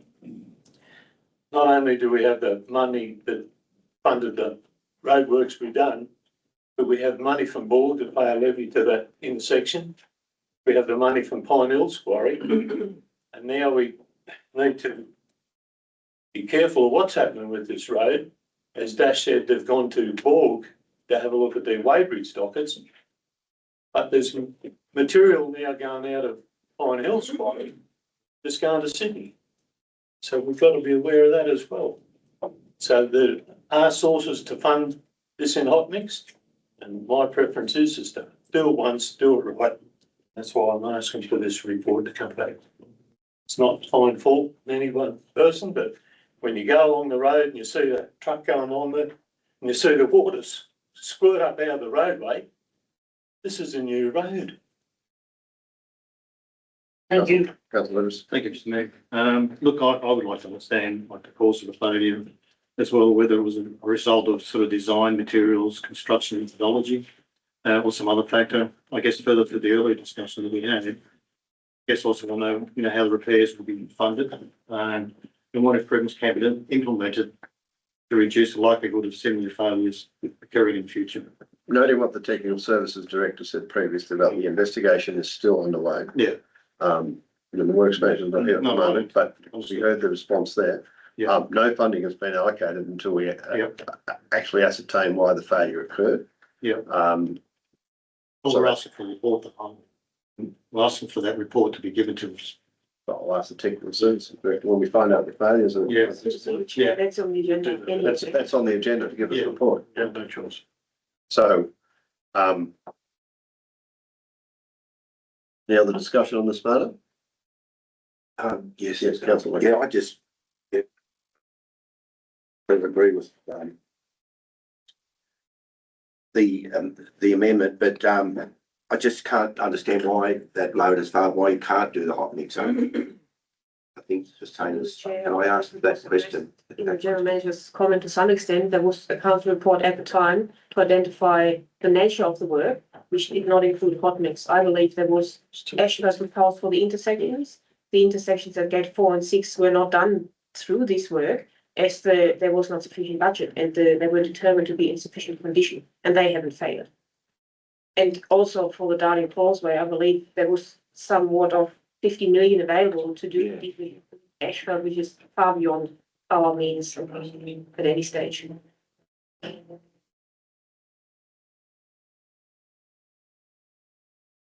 All right, any other discussion on this matter?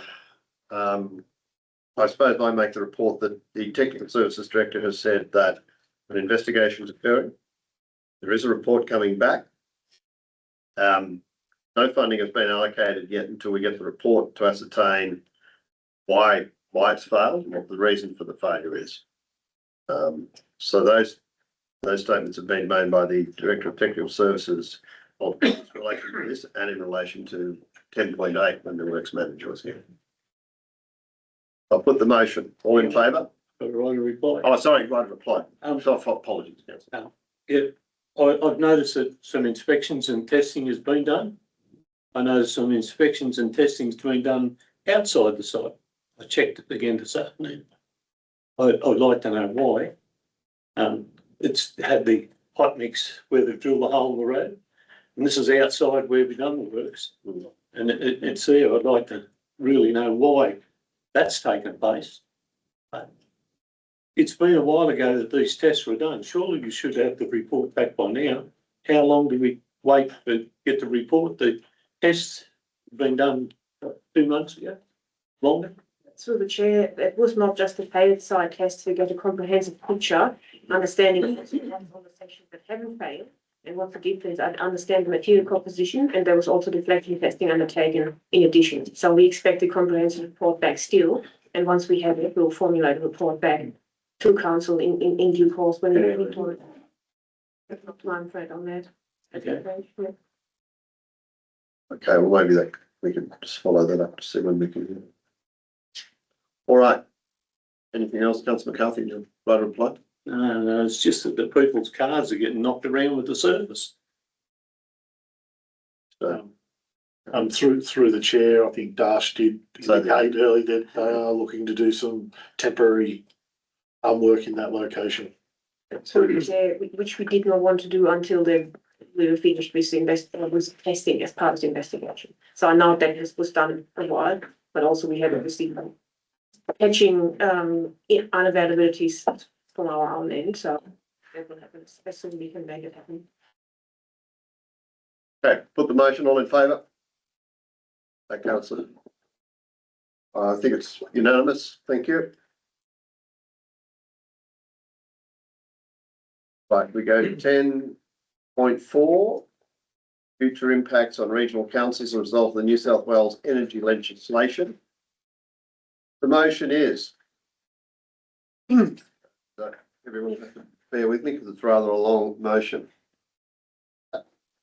Oberon Council, write to the New South Wales Minister for Environment, Honourable Penny Sharp, and the Minister for Planning, Honourable Paul Scully, regarding the energy legislation amendment prioritising renewable energy bill 2026, currently passed by the Legislative Assembly and being debated in the Legislative Council, requesting the potential future impacts of the legislation on regional councils be reviewed and addressed under the ELA pre-bill 2000. Just a moment. Are all the dot points part of the motion? I thought they were just commentary. I thought the motion was just that first paragraph. Well, that's how the motion is structured, as I understand.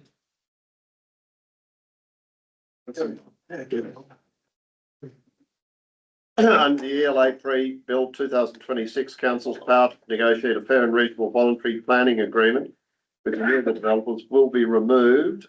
Ultimate power vesting with the state government. Many regional councils have a unique environmental and resource mix, hence prescribing one rule to fit all, with results in many councils and their communities being significantly disadvantaged. Council should retain a meaningful role in negotiating community benefits, infrastructure contributions and compensation arrangements. Bullet 2, council's ability to negotiate reasonable terms regarding the decommissioning at the end of the project's life or as a result of unforeseen events are not prescribed, potentially shifting all risk to landholders and councils. Mandatory decommissioning and rehabilitation plans backed by enforcement financial securities are required. Bullet 3, social and economic impact analysis commissioned by councils regarding the potential impact of renewable developments need to be considered prior to formalising a VPA. Bullet 5, require the negotiation of developer-funded road maintenance, rehabilitation and enforceable roads bonds prior to finalisation of VPAs and projects approval. Bullet 6, transport route cumulative impact on community, business and social cohesion will not be considered prior to finalisation of VPA.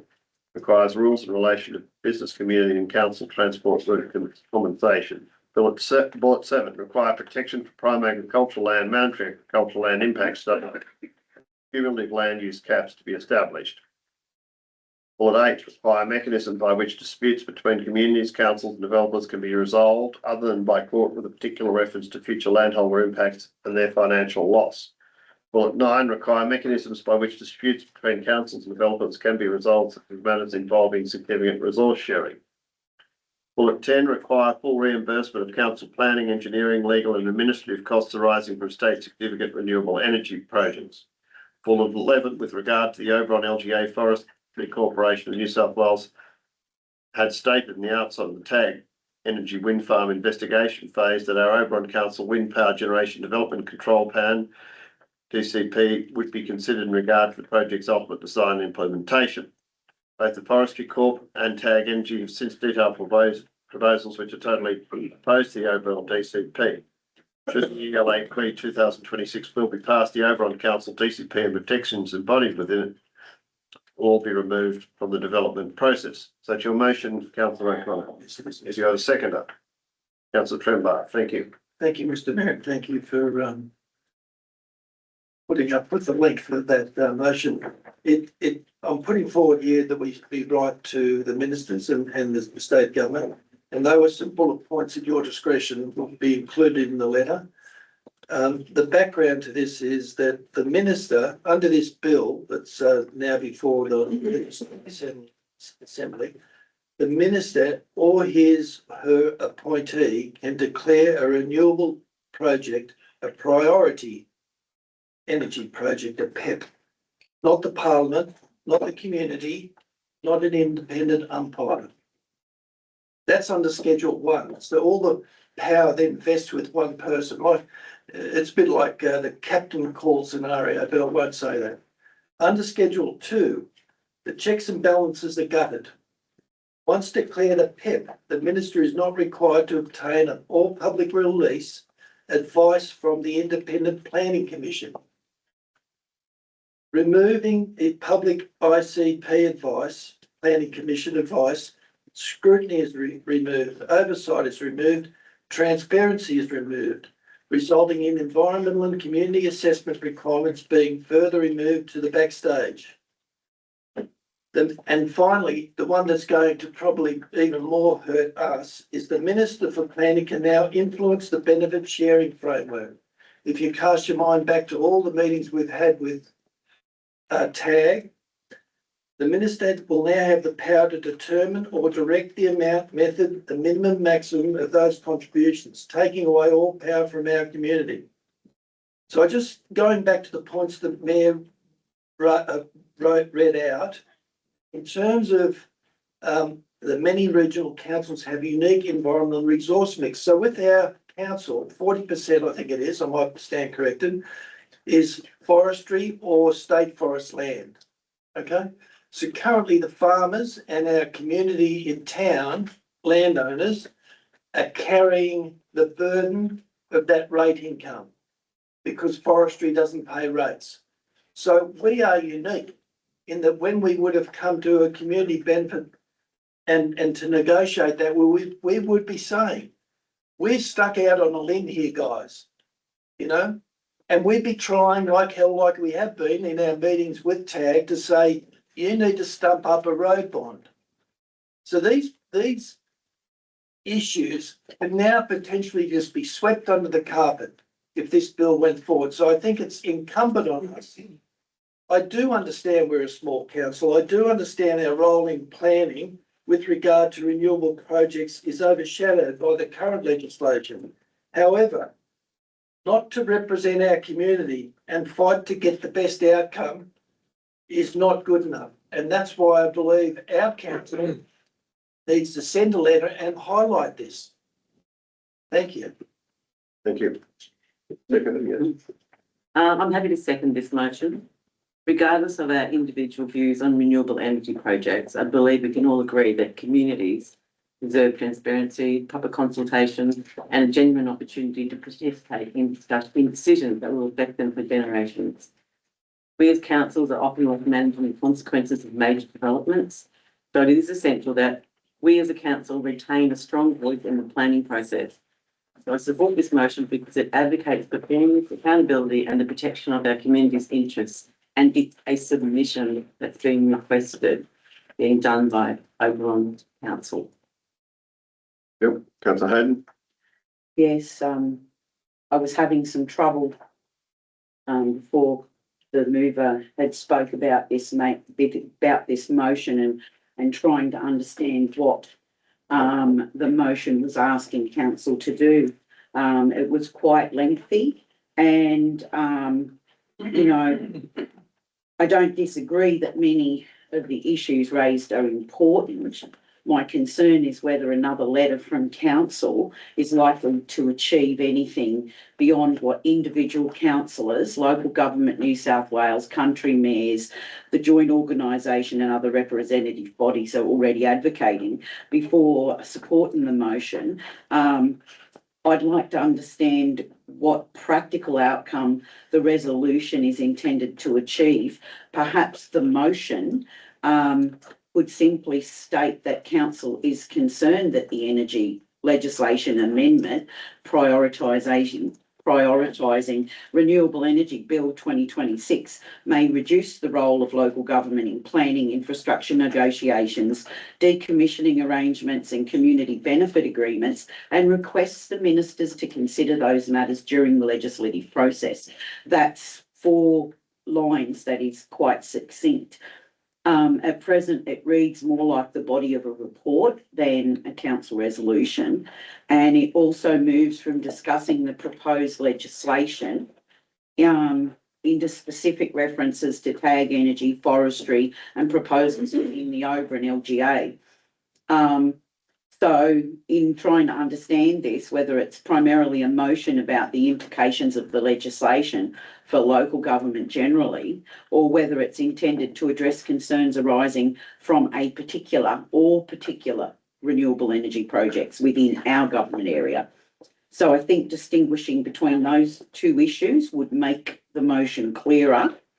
And just to add that state significant developments are assessed under the state planning framework, while council may have a DCP which could be considered where relevant, it doesn't govern or determine state significant developments. Councillor Brown. Thank you, Mr Mayor. I read this and thought, well, it's certainly a good idea to send a letter about those conditions, but the way the motions were written, when you explained it, Councillor O'Connor, you said that the points were things that the Mayor could consider. And I wondered if you could change the motion a little bit to reflect that, because when you explained it, it sounded fine, but as it's written, it's too cumbersome, and I don't know that we want to stick to those, just to those points. We might have other things in mind. I do take Councillor Hayden's point. I think the last two bullets are probably not appropriate to go in the letter because they're targeted to a specific project. What we're trying to do is a generic response to legislation. So I think Councillor Hayden is correct in that regard. The last 2 points are probably going to, in some ways, detract. What we're trying to do is.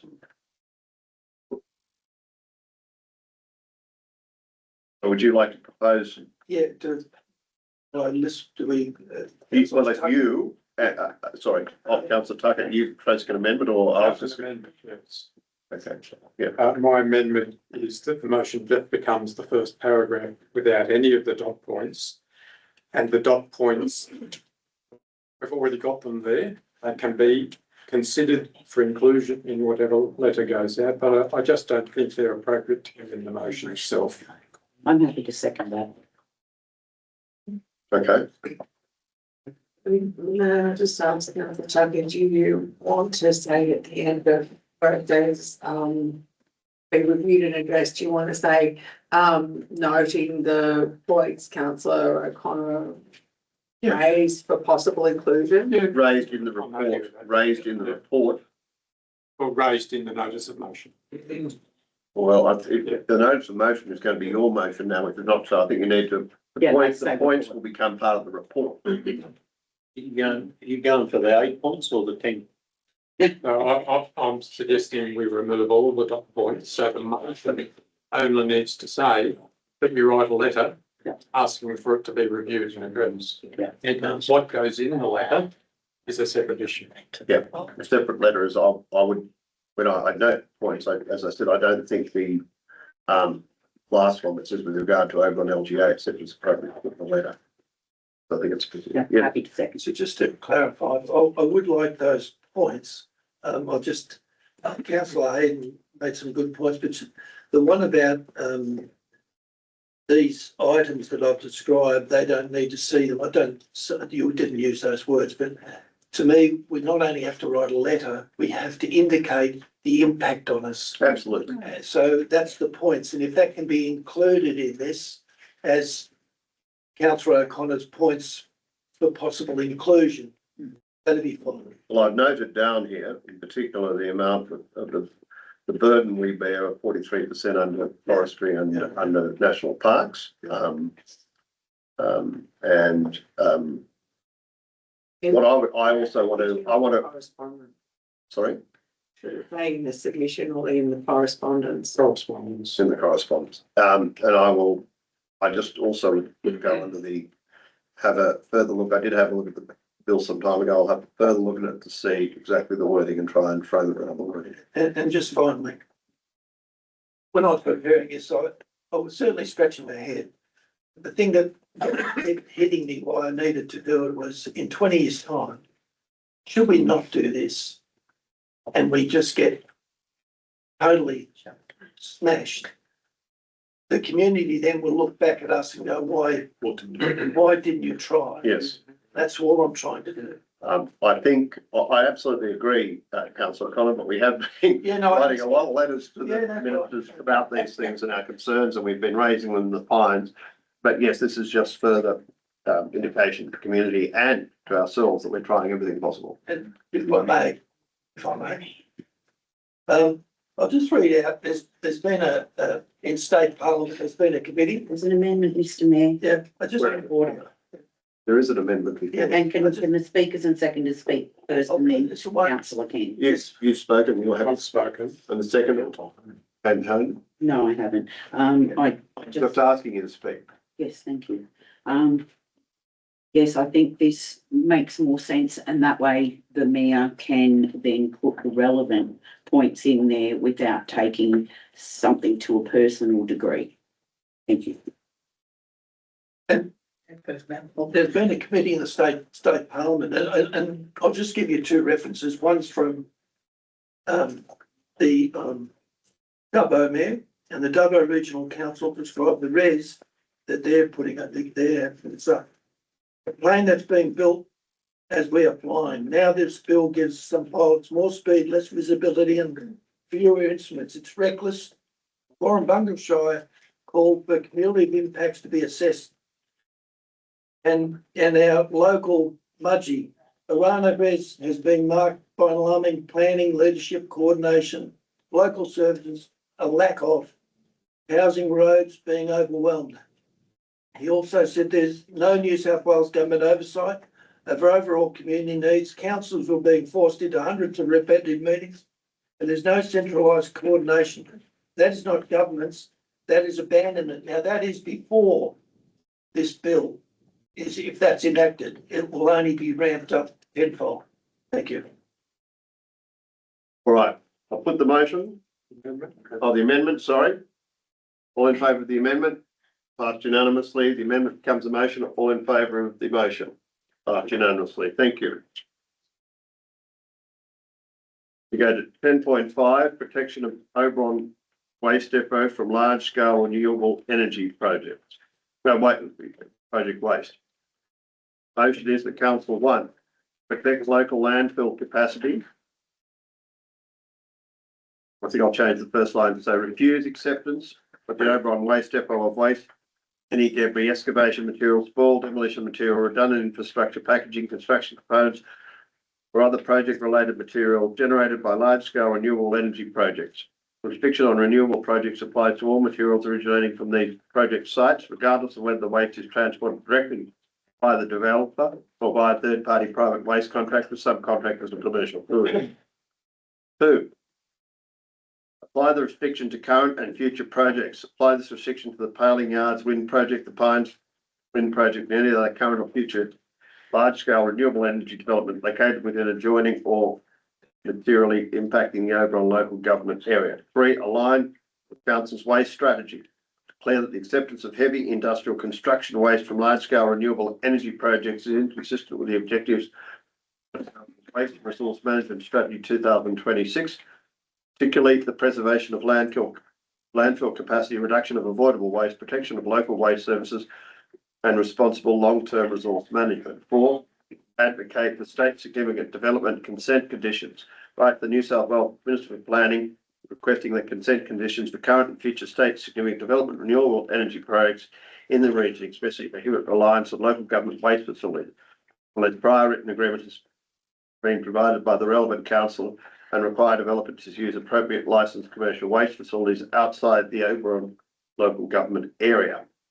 5, amend council's development control plan. Prepare an amendment to council's development control plan to require large-scale renewable energy developments and associated infrastructure projects to submit detailed waste minimisation, reuse, recycling, transport and disposal plans, and to prohibit reliance on the Oberon waste depot or other local government waste facilities unless expressly approved by council in writing.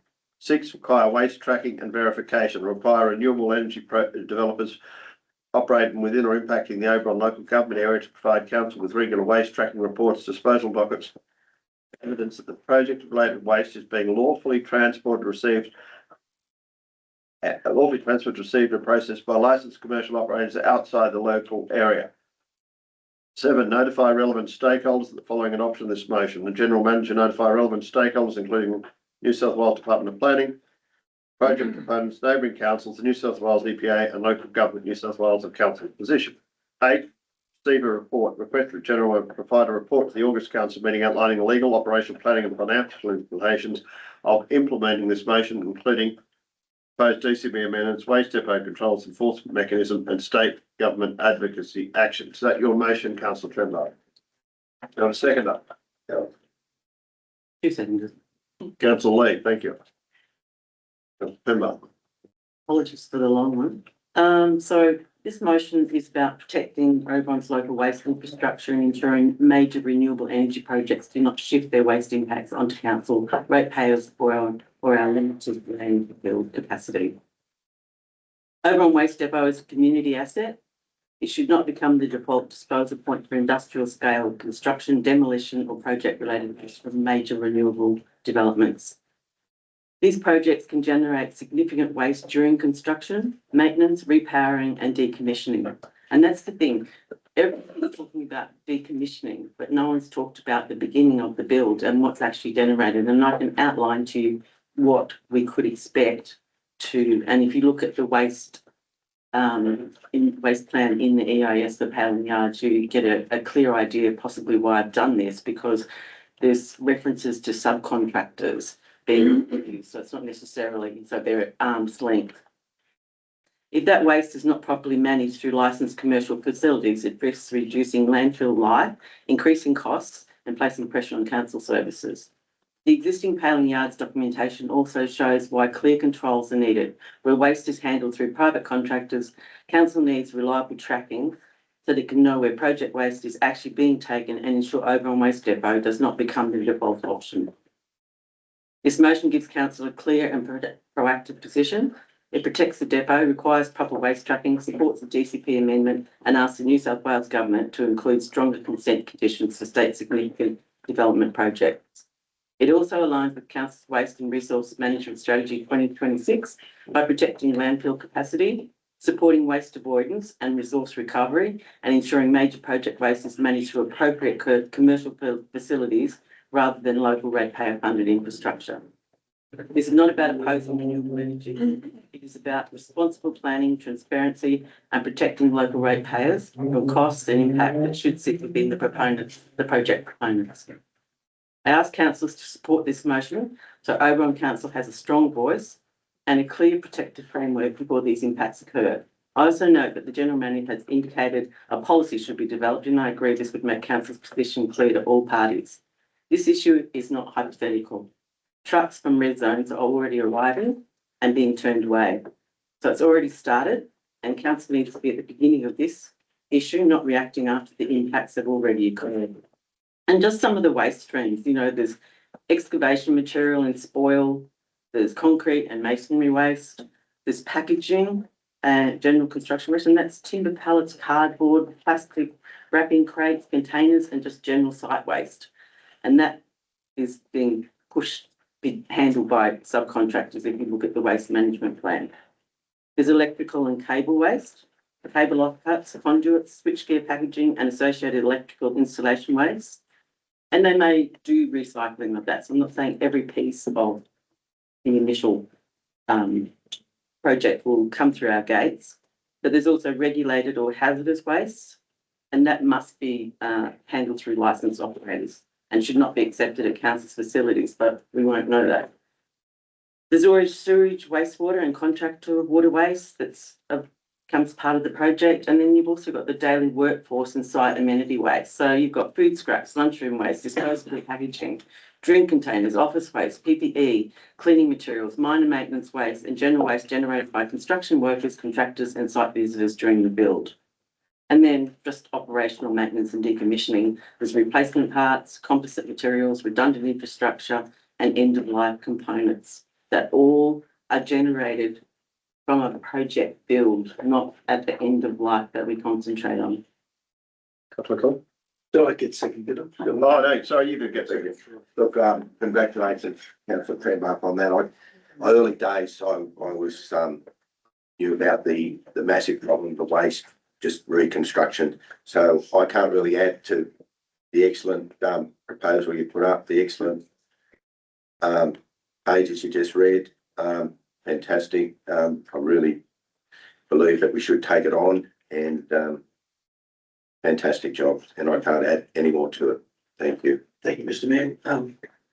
Now, I do support this motion, and for council's information, they may not know that there are precedents with other councils taking such action. Almanel Council has banned waste from solar farms from their tips. Considerable amount of broken solar panels were caused due to the black soil movement, and so they had to ban them because it was just coming too fast. And the New England at the moment is considering, councils in New England at the moment are considering restricting water to renewable projects because the demand for water will outstrip the water they've got. There's something like they've worked out 1,500 water trucks a day required in construction phase. The importance of the motion is also highlighted in 4 recent events. Flyers Creek Wind Farm at Carcourt. September 2025, one of the wind tower's blades snapped in a storm. The area around the wind tower has been quarantined. That's 1 kilometre. Farmers cannot use this part of their farm. Large trucks are now removing. Councillor O'Connor, we're dealing with a motion. Yes, but I'm highlighting the impact that can happen. Is now 50,000 cubic metres of soil are being removed from Flyers Creek, going to Cowra. That's 2,700 trucks. Wellington Solar Fire caught fire. Gemelong Solar Farm caught fire and now is being in liquidation. And finally, TAG, deadly white asbestos in the TAG towers in Victoria. There are now 3 wind farms found to have the asbestos, and Gold Wind and investors confirming their turbines contain asbestos. So this is a problem that we need to get in front of, as Councillor Trembath said. Councillor Hay. Yeah, thank you. Given the complexity of this issue, would it not be more appropriate for council to first receive a report on the legal, operational, planning and financial implications before determining the policy position? I understand the intention behind protecting the long-term capacity of Oberon Waste Depot, and I think that's an important objective. However, I do question whether this motion is premature. Council has recently adopted its waste management strategy, and from my recollection, renewable energy construction waste was not identified as a strategic priority in that document. We've also got the comprehensive land use strategy currently progressing, with the next stage due back to council in around August. That process will then lead into the review of the local environmental plan and ultimately council's development control plan, which is significantly out of date. Given that these planning documents are already being reviewed through an established process, I'm not convinced it's appropriate to direct amendments to the DCP through this motion. I also note that the motion adopts a policy position first and only then requests a report on the legal, operational, planning and financial implications. To me, that puts the process in the wrong order. I would have expected staff to investigate the issue, present findings to councillors through a strategic briefing or a workshop, and if appropriate, recommend changes through a future review of the waste management strategy before council determines whether a formal policy is required. And I think we're putting the cart before the horse. Before making decisions of this nature, we should first have the evidence, understand the implications, and then determine the most appropriate course of action. I don't disagree on the over intent. I just think it's very premature. I'll foreshadow an amendment, but I think, Councillor Tucker, have you got an amendment? Yes, I do, Mr. Mayor, and it almost exactly aligns with what Councillor Hayden has just been saying. So we've got the first 7 points of the motion are things that we're proposing to resolve to do. And then number 8 says get a report giving us the implications of doing what we've just decided to do. So yes, I do have an amendment which I have given to Sharon earlier. My amendment would reduce it to a single point, which is that a report is provided outlining the legal, operational, planning and financial implications of the proposal to restrict acceptance at the Oberon Waste Depot of material generated by large-scale renewable energy developments. So I'll speak to it if there's a second. Yes, I'll second. Okay, you lead.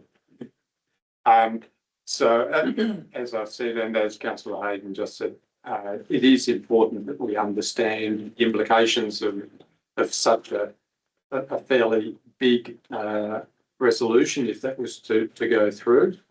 In particular, I would be concerned about the legal implications. So at the moment, we don't have any approved large-scale developments, but supposing that there were, and waste was coming in, and we said, well, yeah, we accept this type of material, but not if it's coming from you guys, not if it's coming from a large-scale renewable energy development.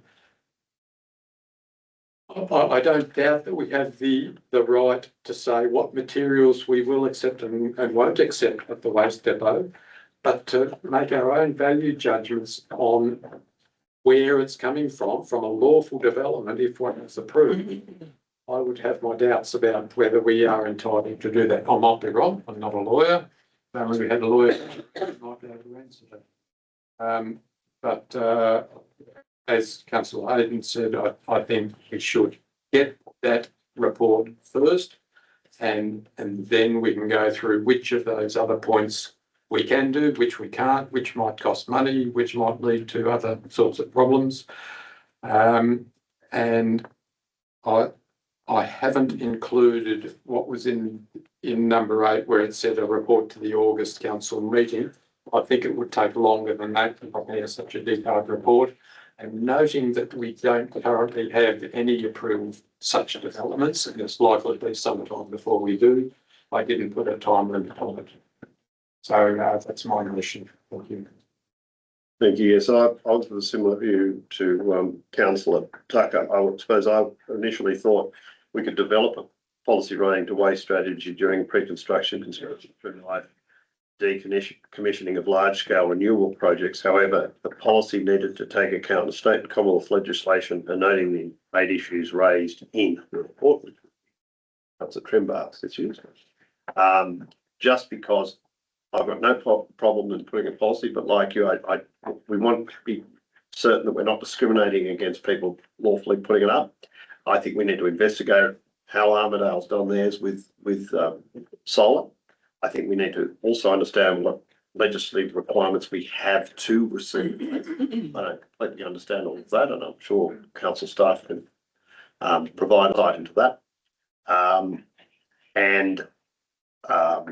I think we should look at, as I said, how other councils are coping with it as part of it. I have no problem in developing a policy, but I just, like you, need to investigate bit more generally, but I think we certainly should take cognizance in preparing that report of the, well, I suppose it's the 7 points raised by Councillor Trimbarth. Yeah. Can I just say? Yes. So we developed a tree policy and ignored that essential energy might have legal implications to us, but now you're saying, no, sorry, turn it around. Sorry, Councillor Trimbarth, you know what I voted on that point, so you're. I'm not saying. Yes, exactly. I'm just saying, generally, when people around this table realise what we've just done, you know, and we are receiving trucks at the tip and they're being turned around. And we do have a waste strategy says that we want to minimise, and we're already in a new cell. Whilst we muck around thinking about this, and we do have a right as a local council to refuse anyone out our gate, hence the reason other councils have done it. So I don't understand the logic. Let's do the trees, don't worry about essential energy and the legal implications. But this one, no, let's twist it around and do it the other way. Well, absolutely. You can see what it is. I mean, I don't think I'm not stating the obvious. Point of order, Mr. Mayor. Excuse me. Yes, Councillor. Yeah, Mr. Mayor, thank you. And I do take Councillor Tucker's points. I think whichever way this goes, whichever way it goes, I think as long as all councillors, we need to step away from our thoughts how this is. The the size of these projects, even in terms of this 47 towers, I looked through that. The quantum of those projects is just mind blowing. You know, just that one there is 47 towers. It's something like, 1,000 it's Qs. something like, it's 2,000 tons of concrete per tower. The quantum, the trips, the waste on this is thousands and thousands of tons. What we're doing here is early, and I don't mind whichever way we go, but we need to step out and consider the future impacts are just ginormous, right? It's just like the Dubbo, Wellington, Mudgee have said. So whichever way this goes, that's fine, as long as we moving forward with this, because not to do it early, as Councillor Tremblay said, there's trucks turning up now. You know, the trucks at Flyers Creek, they're going to Cowra. Only have to scratch your head and go, why are they going to Cowra? Councils are putting up with this now. Councillor McCarthy? I just think we should go out in committee and decide, talk this a bit more myself. But, look, I've listened to everything back and forward. I don't want to see the waste tip just filled up with these projects, except the end cable, that could go to my place. So I might have a keen interest. But look, if this is what it takes, what Councillor Tremblay put up, it's fair enough with me. Councillor Graham?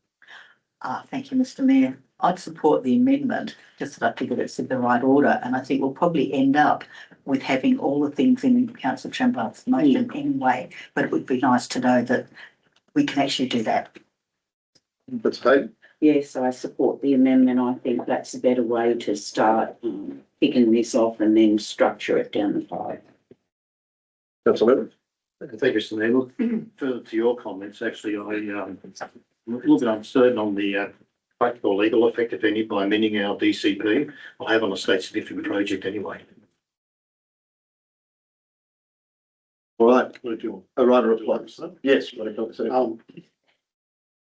the chair, the reason why I put the general manager's note in if this thing gets supported is the DCP is not the place for a direct policy where council outline its strategic intent on what they will and won't accept is the best way to put your position there. Now, I note that the rationale behind Councillor Tremblay's comments say, oh, well, that would be it because that's where a wind DCP is, but the simple rationale in my commentary was this isn't a DCP issue. If you resolve to do this, this is a policy direction that you are guiding staff to say no, or you're giving staff some avenue to, in fact, let its community, to let its developers know that that's not going to fly.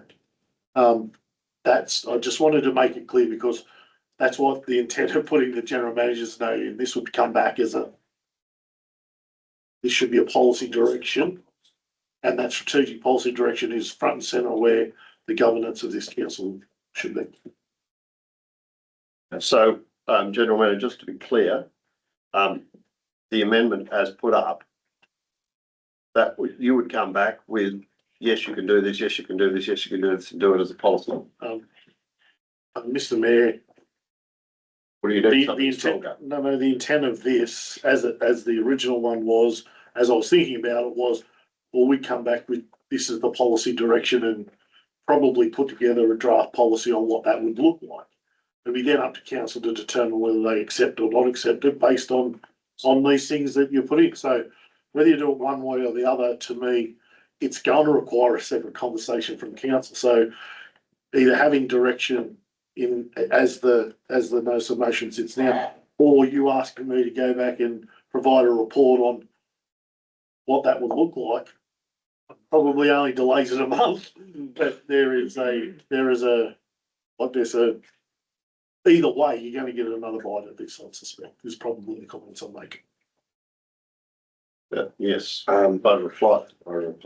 Yeah, look. No, you're not. Oh, sorry. Right, apply for the amendment is, Still there. largely, reiterating what I said, to get a report first, possibly including some legal advice if that's considered necessary, possibly leading to adopting a policy. And as Councillor Graham said, such a policy may well include some or many or all of the first 7 points.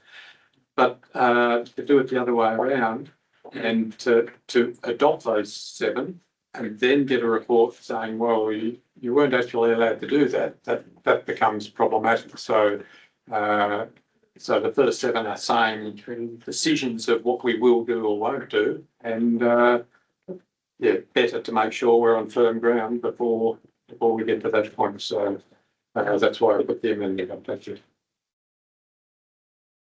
Right. Okay, I put this. What? I know, it's. Okay. There you go. Yeah. All right. Also, yeah, that's all right. Yeah. Okay, I'll put the amendment. All in favour of the amendment? Gibbon, Tucker, Graham, Hayden, Olivers, right. Against? O'Connor, Trimbath, McCarthy and Lee. Good. So amendment now becomes the motion. All in favour?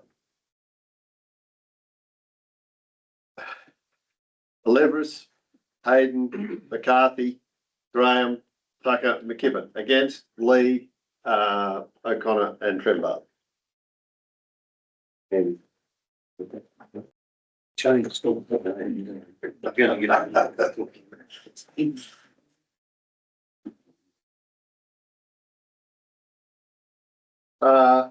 Done right through, Mr. Mayor, having. I think we'll have a break at 8 Eight. now. Yeah. Thank you, ladies and gentlemen, council members. Item 11, we're resuming the meeting, is council and delegates report. There are none. Item 12 is committee reports.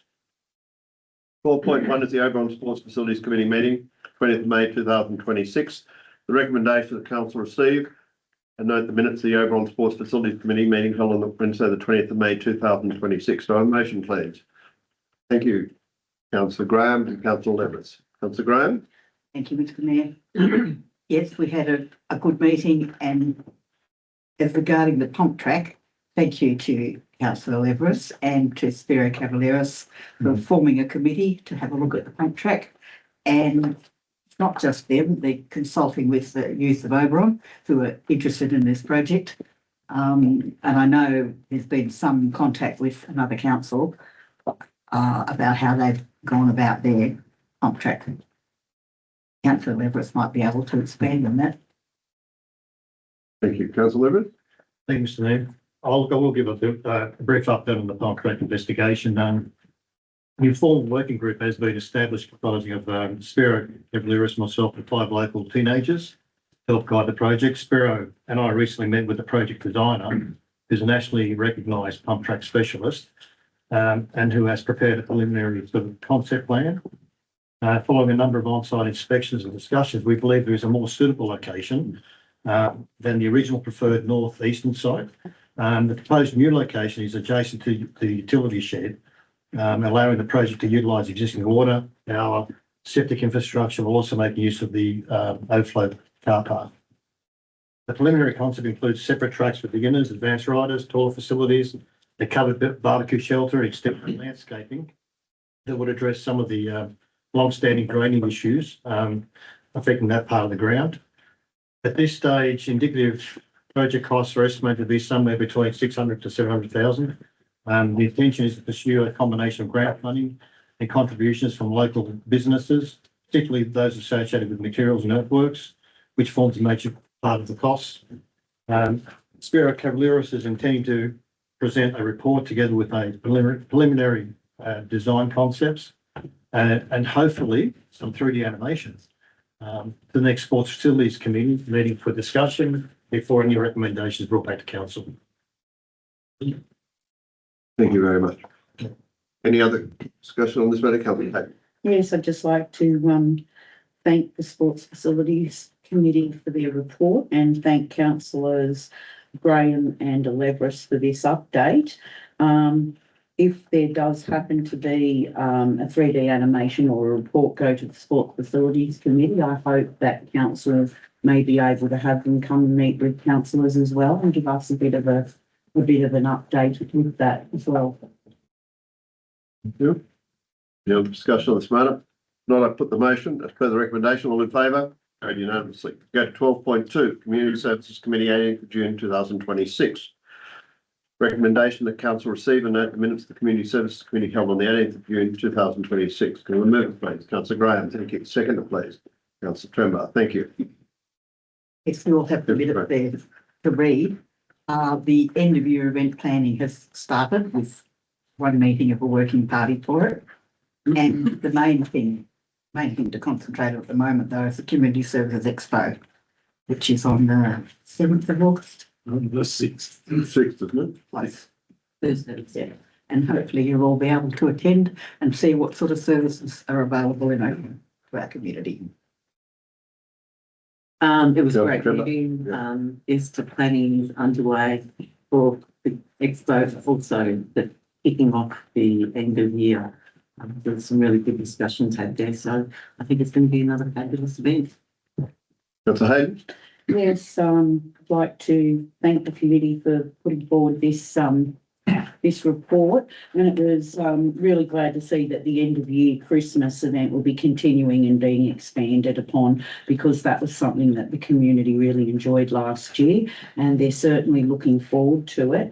And I just wondered around the disability inclusion action plan. I did, however, want to attend the 18th of June meeting, but I couldn't see it in our portal when the date was. It wasn't on my calendar, so I did miss it. But around the DAP, I note that the report focused heavily on inclusion, accessibility and disability, which are obviously central to the DAP. However, can the director explain whether broader diversity and equity principles have also been considered in developing the plan? For example, how is council ensuring equitable access and participation for people with diverse backgrounds, cultures, ages, socioeconomic circumstances, and those with multiple or intersecting forms of disadvantage? Through the chair, the DAP is being formed in accordance with the state government guidelines as to how DAPs are meant to be informed. The conversation by the reference group is very much focused also on inclusion, and it's very much aimed at trying to, I guess, even potentially expand a little bit outside the guidelines as to the state government and how we form the DAP. So while all of the things that you just mentioned haven't been at the forefront of discussion, inclusion is very much paramount to that, and it's been has guided a lot of the discussions we've had in recent times, particularly for all components of our community, vulnerable folks, etc. So it is definitely attempting to and trying to really focus on all elements of our community as part of that plan. Yeah, okay, thank you for that. One of the reasons I brought this up, it's been one of the topics that I've been studying recently, and a lot of these reports, and I downloaded the DAP report requirements from the local government website, and what it doesn't explicitly mention is the equity and how resources, priorities and services are allocated to ensure people who could face greater barriers receive the support they need to achieve the comparable outcomes. And I'm asking because diversity and equity and inclusion, although they are related concepts, they're not the same thing. And diversity is about who's being represented. Equity is about ensuring people have fair access and support based on their different circumstances. And inclusion is about creating an environment where everyone can participate and feel valued. So just focusing on inclusion alone, like the local government paper actually states, I feel that it could be broadened somehow, and I hope our policy that gets done hopefully does broaden a little bit more than what they require. Yeah, through the chair, that's the intention, and a lot of things you also mentioned, are other probably issues that probably sit a little bit outside of just that group, the community strategic group, those things, but the conversation is very much focused on broad inclusion, and that's been a positive step, I think, on the formation of that plan. Okay, thank you. Any other discussion on this matter? Well, I put the motion in for the recommendation. All in favour? Carried unanimously. We move to 12.3 Audit Risk and Improvement Committee meeting 24th of June 2026. The recommendation is that Council 1 receive and note the minutes of the Audit Risk and Improvement Committee meeting held on 24th of June 2026. 2, note the updated internal audit charter as endorsed by the Audit Risk and Improvement Committee. 3, note the 4-year internal audit plan for the period 2026-27 to 2029-30 as endorsed by the Audit Risk and Improvement Committee, with the plan to be reviewed annually. 4, invite the Chair of the Audit Risk and Improvement Committee to facilitate a workshop for councils on the plan audit and the role and functions of the Audit Risk and Improvement Committee. Can I have a motion, please? Councillor Tucker. With a tiny change from what's written there. In number 4, instead of the word facilitate, I would like to put the word attend.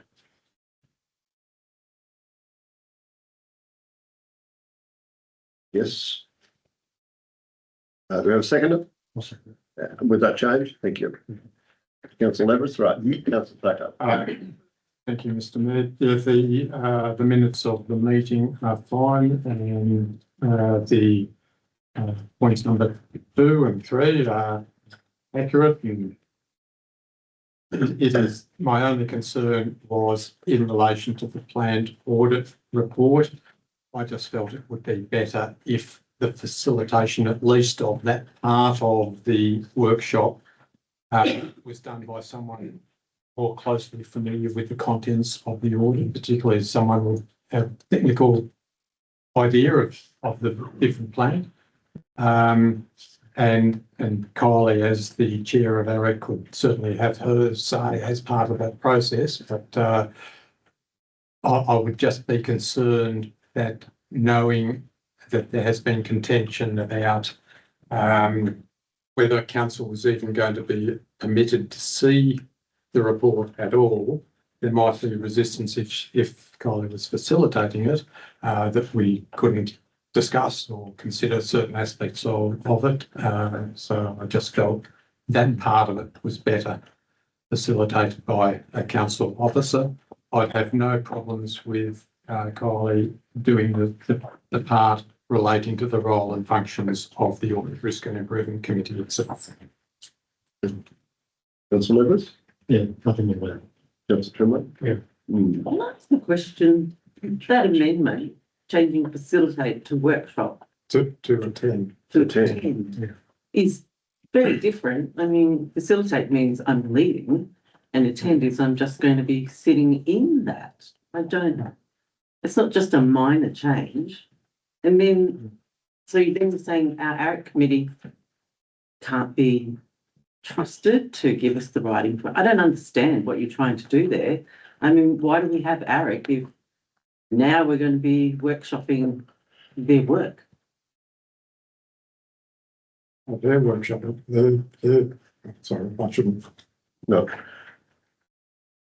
Thank you, Mr. Mayor. Just a second. I just I'd like an answer to that, please. Well, through the chair, a little bit of context on the discussion around this. The AREC, as per the internal audit charter, they coordinate and manage the assurance independence of the internal audit function, which the planned audit was under that guise. At the last AREC, we had provided some intention to AREC that we were looking to, that there was an interest from councillors to have a workshop on the plant audit, and there was a conversation through AREC and council to the role of AREC, and is this checking the checker, I think were the words that was discussed, and so as that rolled through the conversation, the idea was that AREC could be part of the workshop, and as part of that, to highlight to councillors the role that AREC plays in assurance and internal audit independence.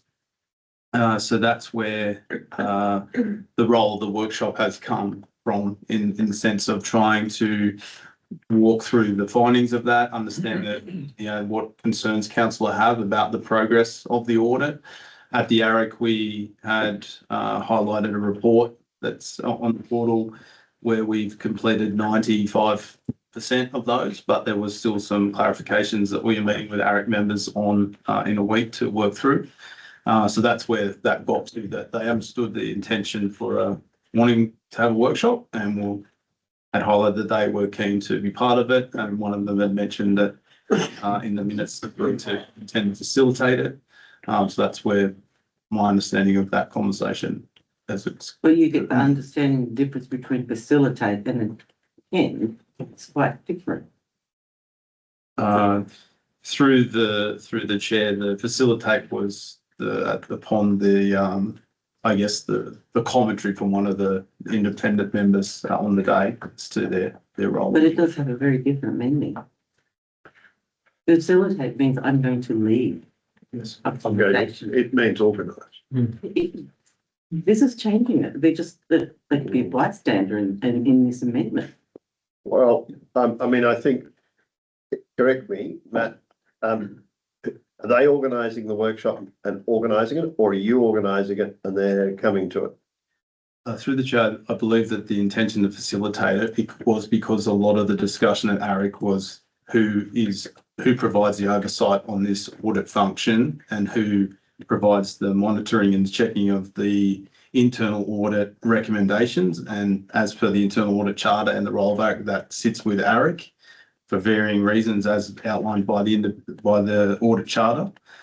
But the conversation was very clear that councillors still want to be involved in, a workshop on the plant audit. That's been the case for quite some time. So that's where they had mentioned that facilitate was the commentary from one of the members, and that's as per the recommendation as to what was said on the day. But I do understand that as it currently sits, that does change the intention of the.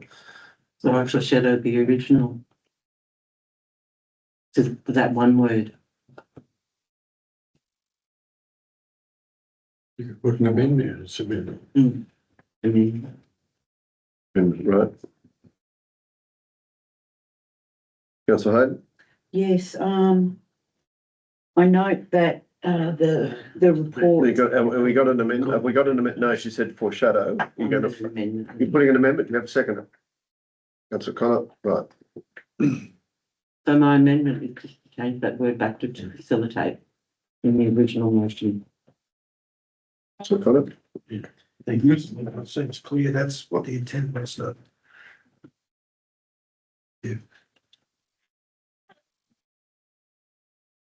Okay. Councillor Hayden?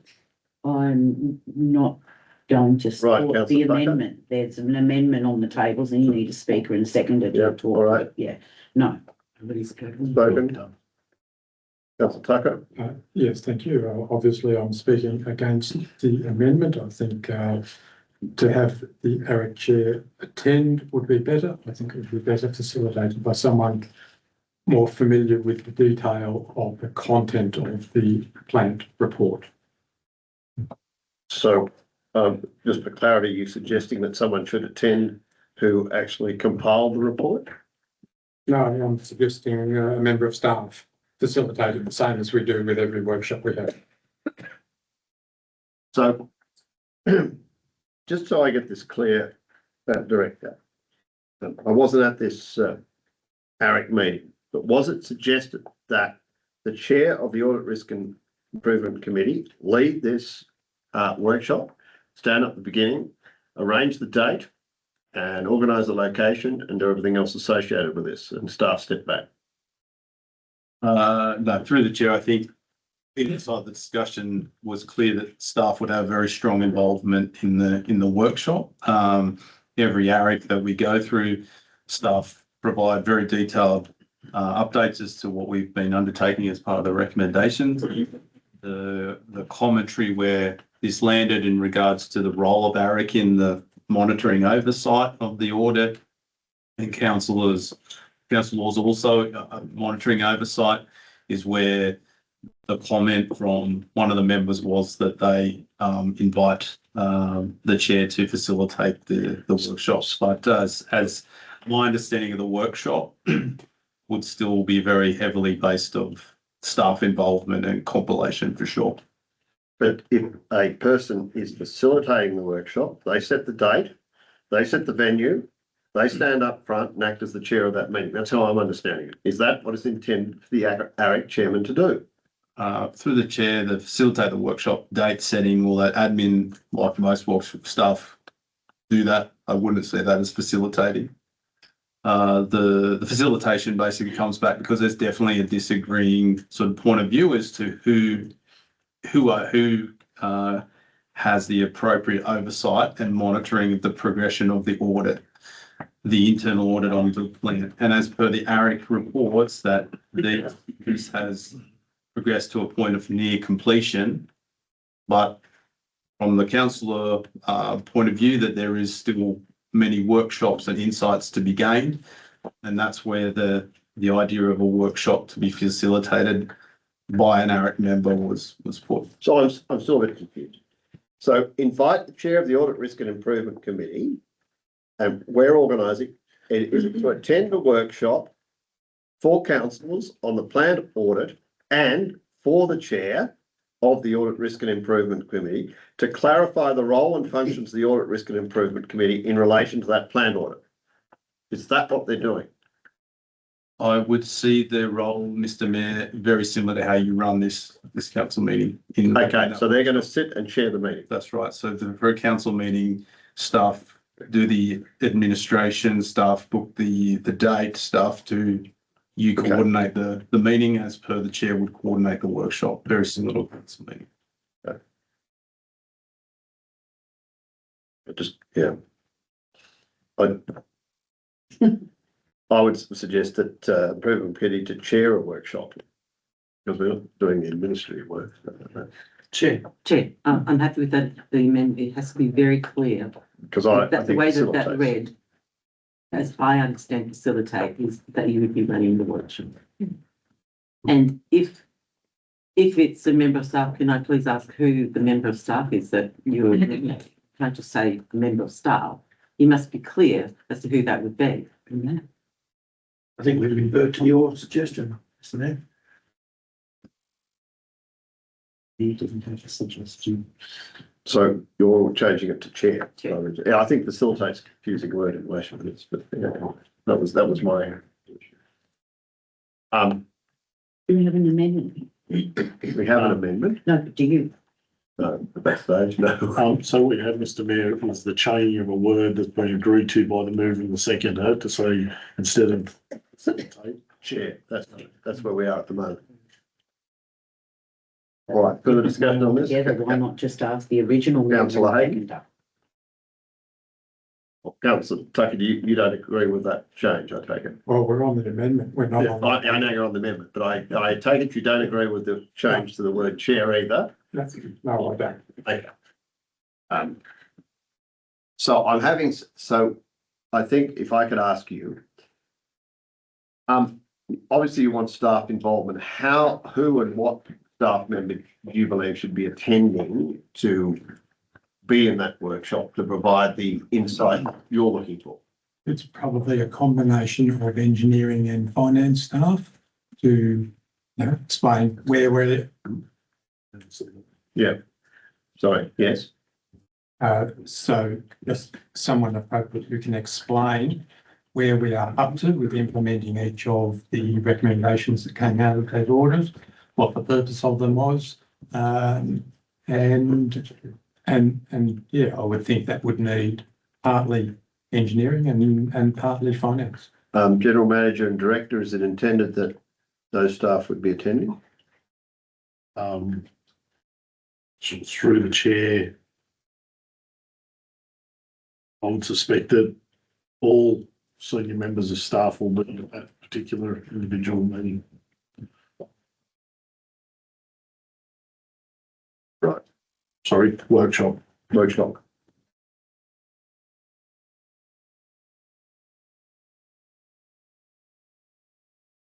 Yes, Now, I've got some questions, but do I ask them now or later? well, you seconded it, didn't you? No, no, I mean about the body of the, Right, yes, you can now, I'll let later, because you have to. through you to Director of Corporate Services. Just had a couple of quick questions. If you could maybe just give us some very brief detail in regard to review of current action items. And then secondly, would you confirm the level of oversight of Eric over the budgeting, finance and modelling of the sewer treatment plant? Because I see it's noted there, updated sewer treatment plant project. Through the chair, so the ARIC meeting format is specified based on the work plan that, so as part of that, there's a key projects risk element of council that is updated every time. The STP is obviously a key strategic and organisational risks, and an update is provided to ARIC every quarter on the progression of that. The ARIC have not seen any detailed cash flow modelling or anything like that on the STP, but they look at the high level risk in regards to the progression of the project and how that modelling flows through our financial statements and IPNR, which they do monitor each time. The action updates component of the meeting, there was some carryover cyber related activities, which I believe we completed and updated. So that's where the action updates component of the agenda sits for anything that flows from one meeting into the next. Thank you. All right. No further discussion. I put the amendment. All in favour of the amendment? Councillors Trembath, O'Connor, McKibben, Lee, Graham. Against? Tucker, McCarthy, Hayden, Olivers. The amendment becomes the motion. All in favour of the motion? Spoke to the motion. What? Too late. Too late. No, it's not too late. Speak to the report. Point of order. No. You're mistaken about that, Mr. Mayor. Thank you. What? I think the code of meeting practice says that after an amendment, the debate can then. Everyone resume gets on a the motion. chance to All debate right. again. The amendment, yes. The amendment becomes the motion. Thank Right. you. Yes, Mr. Mayor, around the having a workshop around the plant audit, I know that this has been requested for quite a period of time regarding the new regulations that the government has in force around councillors meeting with staff or councillors having workshops or committee meetings or any other meetings that are not live streamed to the public. What are the difficulties around that? Thank you. General Manager. I think the council has answered the question in a statement. No. There definitely are some difficulties in it, but what we're looking to do Is it going to be live streamed? If it's live streamed and is made public, then we will be able to have it. But if it is closed, we will not be able to. we will look at that. We'll look at that and we'll investigate that. Yes. Thank you. Any other discussion? If not, I put the motion, which is the amendment. All in favour? Trembath, O'Connor, Olivers, Hayden, McCarthy, Graham, Tucker, Lee, McKibben, all unanimous. Okay. Go to reports for decision 13.1, village fund request. I have a different recommendation.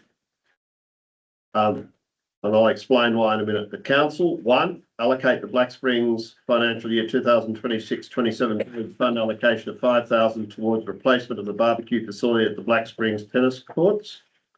2, council work with the Black Springs Community Association to obtain value for money to refurbish the current barbecue. Can I have a seconder, please?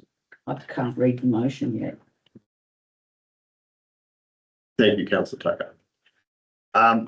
The reason I've had meetings today with the Black Springs Community Association, one of my concerns was the cost of the barbecue of over $10,000. And if you look at the photograph that is there, there has been a quote obtained to put an insert in to replace the existing insert. And the tiles on top may or may not be suitable and may or may not need a replacement with a stainless steel. But the $10,000 was basically to demolish what's there and start again, and it has been agreed with basically the Black Springs Community Association to acknowledge for the amount of use of barbecue, etc., is better to refurbish it. I think an indicative quote was obtained of about $3,800 to get an insert that basically you could take out what's there and put a new insert in. So the Black Springs Community Association are happy with that. If further money is required, indicated they can come back to council, but I think it's better to try and get better value for money for this, and that also may give them the potential to use further monies in future for their master planner. That's a Tucker. Thank you, Mr. Mayor, and thank you for putting that different motion. I do think that's an improvement rather for a facility that I don't imagine gets a lot of use to spend the entire allocation for this year and an extra 5,000 out of section 711. I think is excessive. I had wondered about putting forward to use 2 years of allocation if it was going to be 10,000, but I think your solution is better. Councillor Hayden. Yes, thank you for that, that motion, Mr. Mayor. I had a couple of queries regarding within the report stating electrical barbecue. From my understanding, isn't that a gas barbecue? No, it's electric. Right, so wouldn't it be more affordable to put a gas-fired barbecue in there, which would be more efficient and heat up a lot quicker anyway? Had the discussion, they wanted an electric, so that they don't have to continue to fill gas bottles up. Okay. Which will require an electrician Yeah. to assist them with the connecting. Okay, not a problem then. But no, I support that, refurbishing would make it. Because if you look at if you look at It does get used a fair bit anyway, because the campers do actually go across and use it, but yeah, okay, not a problem. Thank you. Yeah, the discussion on this matter. I'll support it because you've got bushfire over the other side where you can't use that, what do you call it? Natural flame. And yeah, I think this way. And if you have a look down the flat rock, go down there where the gas barbecues is, they're mainly missing because they get stolen. It's sold, yep, exactly. All right, I'll put the motion, all in favour? Thank you, carried unanimously. 13.2, policy for, we've done with that, sorry. Up to 13.3, which is development application DA 2026.026, erection of a new storage shed, 17 Blenheim Avenue, Oberon. The recommendation is that 1, council vary part C 6.4 carports and garages of its current DCP 2001 in relation to development application DA 2026.034 at 7 Blenheim Avenue, Oberon. Bracket lot 16 DP 736270 bracket for the erection of a new storage shed. 2, a division be called in accordance with section 375A of the Local Government Act 1993. Do I have a motion, please? Councillor Hayden, Councillor O'Connor, thank you. Yes, before we proceed, Mr. Mayor, I'd ask that the recommendation be corrected, as the report refers to both 17 Blenheim Avenue and 7 Blenheim Avenue in point 1. 17. It's 17. Okay. Right.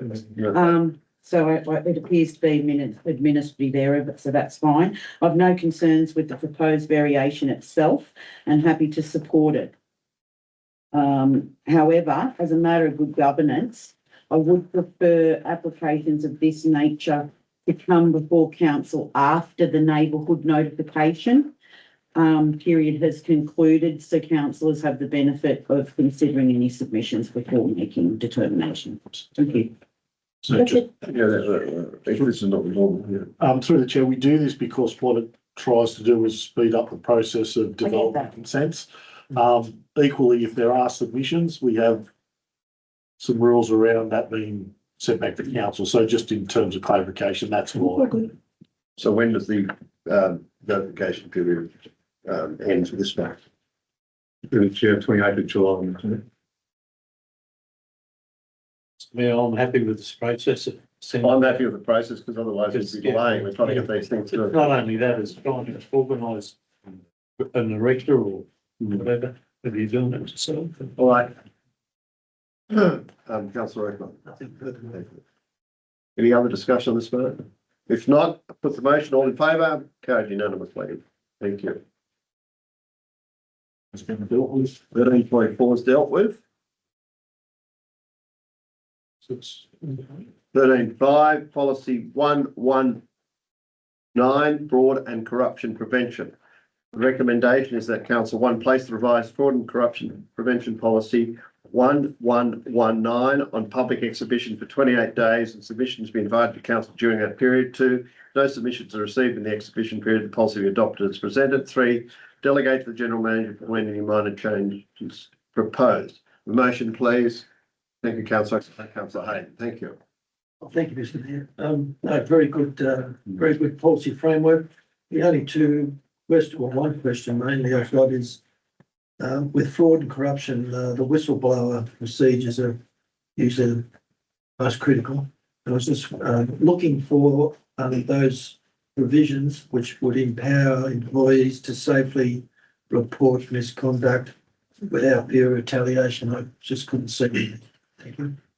Through the chair, the fair chunk of that sits under a related policy called the Public Interest Disclosures Policy, which is referenced in this one, but that's got all of your protections basically.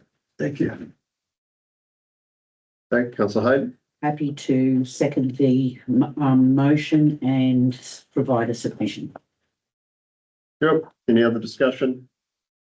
Not, I put the motion as per the recommendation. All in favour? Carried unanimously. We go to 13.6, policy 2211, investments. The recommendation is council one, place the revised investments policy 221 on the public exhibition for 28 days and submissions be invited to council during that period. 2, if no submissions are received in the exhibition period, the policy be adopted as presented. 3, delegate to the general manager to amend any minor changes proposed. The motion, please. Councillor Connor, seconder, please. Councillor Tucker, thank you. Thank you, Mr. Mayor. I've just got two points of interest through you to the director. With the investment policy, maybe at some stage considering nothing below an A, triple Bs, Bs. There's only the likes of Judo, AMP and Bank of Victoria. I don't know whether the increased risk sort of balances out the slightly higher interest rate. And secondly, the policy with investing returns with 0.25% above the BBSW is very good. Thank you. You, Councillor Tucker. Nothing to add, Mr. Mayor. Further to what Councillor O'Connor has said, Director, there has been some statements in relation to several banks recently. Are you happy that we should be, or are you happy that our range of investments is appropriate at the moment, or do you think we need to look for, as Councillor O'Connor has said, to ensure that our ratings may be higher than we have been looking at recently? Through the chair, when the team and I were reviewing this, the investment portfolio again has performed quite well this year. The spread of risk, as Councillor O'Connor mentioned, at the moment we see it does provide some flexibility to be able to chase higher returns, although it is minimal based on the controls that we have placed. I think in our viewing and also in the work we've done with T Corp and our term deposit provider, they all sit with this very comfortably with us that our policy is broad enough and still allows enough flexibility to chase those returns. So as far as myself and the team, we do sit quite comfortable with how it currently sits based on what we're seeing. Okay, thank you. Any further discussion? If not, I put the motion. All in favour? Carried unanimously.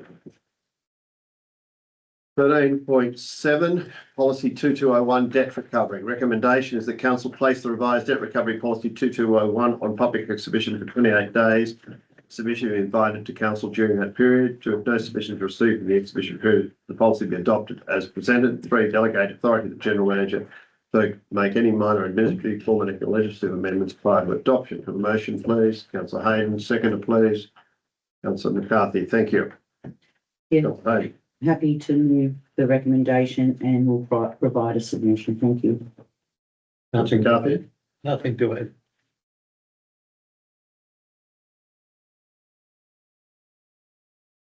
Only comment I would make, I note the changes that have been made to the policy, and I do think they improve it. So, yeah.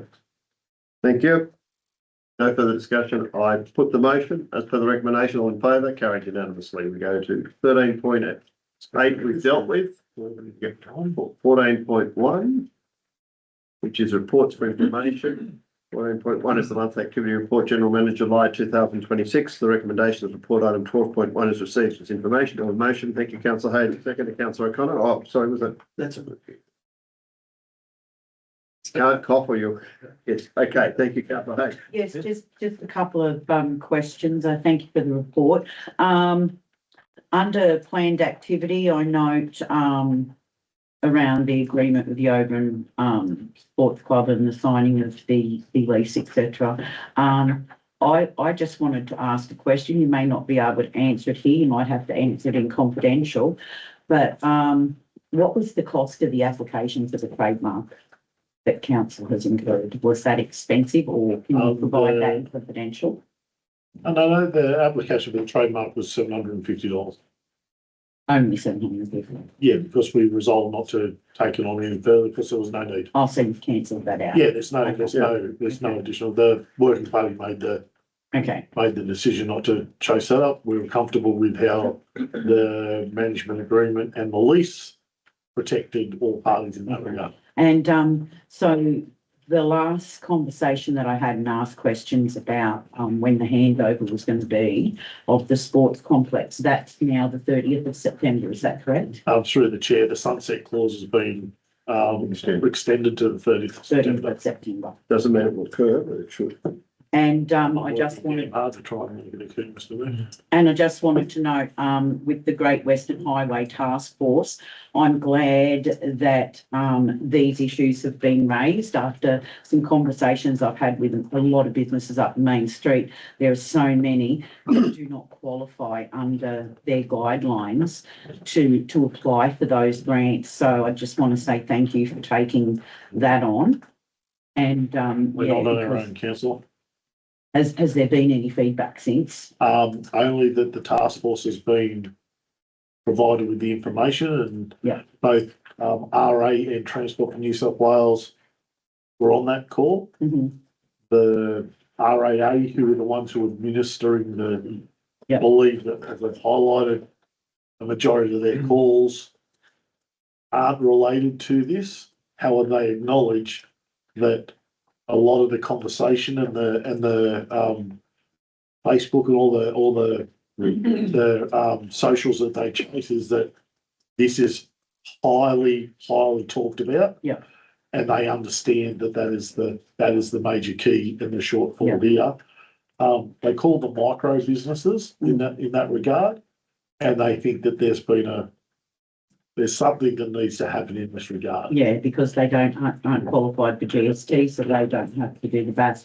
One other thing that I just wanted to add before I finish up on that, I had a phone call today from a resident up in Scotia Avenue, and it's not the first time, but I think you'll have remembered before when I've asked about the football ground lights being on at night. Apparently the switch that is under the seating, last night the lights were on at 4:30 this morning. When residents got up, they were still on, and one of the Crossmoller guys had turned them off. So someone's been getting over there, turning on the main football ground lights, and it's very disturbing to the residents. So I'm just wondering whether a key lock or something like that can be provided, or something to stop that occurring. That matter has been resolved. Very good. We'll take the fuse out. Councillor O'Connor. But you're right, that will be them all. Any other discussion on this matter? If not, I put the motion, all in favour, carried unanimously. Go to 14.2. Monthly activity report, planning and development, July 2026. The recommendation of the report item 14.2 is received information for the motion. Councillor Hayden. Councillor Trembar, thank you. Councillor Hayden. Yes, thank you for that. I'd like to thank and staff for the report. I'm glad to see some documentation there around draft housing, employment and land strategy, but it doesn't say that it's coming back in August. It is coming, yes, it is coming back to the August meeting. So that's still happening. It's not going to be delayed till September. Through the chair, if allowed, I think a workshop would be planned before coming to council. Okay. So that'd be a good idea. If it is pushed out, it would possibly be September. There needs to be a workshop or that proper meeting first. Yeah, that'd be a great idea. And just one other little thing, and I'm going to go with the cats. So I note under the general manager's report, there were 3 cats, and under this report, there's 1 cat. Sorry. But there's been 3. Remember those other cute 2 that came in, but yeah. So there's 3 cats. You reported 3 cats. When? In the general manager's report. 3 cats, I wouldn't report any cats. No, you said the notice that went up on, the notice that went on council's Facebook page advertised there were 3 cats. All right, can we go second to councillor O'Connor? Sorry. Oh, sorry, councillor Trembar. Nothing further to that. Any other discussion? Mr Mayor, that was a little rude. Thank you. It was I relevant. put the motion, all in favour. Thank you. It's not, it's still relevant. 14.3, monthly activity report, technical services, July 2026. Recommendations report 14.3 is received information. A motion, please. Thank you. Councillor McCarthy, Councillor O'Connor, thank you. Councillor McCarthy. Nothing more to add. Sorry, O'Connor. Thank you, Mr Mayor. Nothing further to add. Any other discussion on this matter? If not, sorry. No, all in favour. Sorry. If not, I put the motion as per the recommendation, all in favour. It's carried unanimously. Thank you. 14.4, which is the monthly activity report, corporate services. Recommendations report, item 14 point is received information. Give a motion, please. Councillor Tucker, Councillor McCarthy, thank you. No comment, Mr Mayor. Thank you. Councillor McCarthy. It's good to see the Oberon Community Centre being repaired. Is the glass fixed? Through the chair, I believe that the last piece of that puzzle, the glass is about a week away. Thank you. All right, any further discussion? Don't I put the motion, all in favour? Carried unanimously. 14.5, investments, June 2020. Did we just do corporate services? Yes. We can't rush anymore, please, Mr Mayor. Come on, keep up. No, I'm not rushing. 14.5, investments, June 2026. The recommendation is the report item 14.5 is received as information. Motion, please. Councillor O'Connor, Councillor Leverett. Thank you. Councillor O'Connor. Thanks, Mr Mayor. Very good report. Nothing further to add. Councillor Leverett. Nothing further, Mr Mayor. Any other discussion on this matter? Yes, Councillor Hayden. 14.5. 14.5. Investments, June 2000. Yes, is this the one that I brought to council's attention through my email regarding clause? Regarding what? Under at the bottom, I certify that the investments are made in accordance with section. Oh no, that one, it's not the one. It is. No, it's not. No, that's the one that was done right. I've missed 2 important things, Mr Mayor, because you're rushing and I don't want. I'm not rushing, I'm moving, and these ones are all in order. These ones are all in order, they're not in order, haven't they taken it? All right, I put the motion, all in favour. Thank you, carried. We go to 14.6. Grants update, July 2026, 14.6, Councillor Hayden. The recommendations report item 14.6 receives information of a motion, please. Councillor Leverett, thank you. Councillor Tucker, thank you. Councillor Leverett. Nothing further, Mr Mayor. Mr Mayor, it's always my favourite report. I've got no questions. Councillor McCarthy, thank you. Mr Mayor, the second one is the Rural Fire Service and Mitigation Crew. Yes. Is there any chance of the fitting the Fish River Reserve in there? I'll ask the general manager. And at the recent Hazel Grove bushfire meeting, we asked the Black Bullock be attended to. If you're in a normal person, you can't leave a fire going. Where the fire mitigation mob, they can leave it going and come back the next day. And there's several piles along Black Bullock Road that need attending. Can we add that? Answering your first question, Oberon Water Treatment Plant and Oberon Dam Reserve are those two that we've highlighted. Okay. So they are included. Okay. The other one I can take on notice and seek commentary from the RFS as to how that works. Okay. So we don't call it the Fish River Reserve, okay? Okay, councillor Hayden. Yes, thank you, Mr Mayor. At the bottom of that page on 237, the statement there about the certify the investments are made in accordance with section 625 of the Local Government Act 1993, clause 212 of the We're on the Local wrong one, we're on 14.6. I am on the right page, Mr Mayor. Wrong report. Well, grants. Wrong grants. Can we get some administrative errors in this fixed up, please? I sent that through as an email. Okay, so it's noted. Gee, Been noted.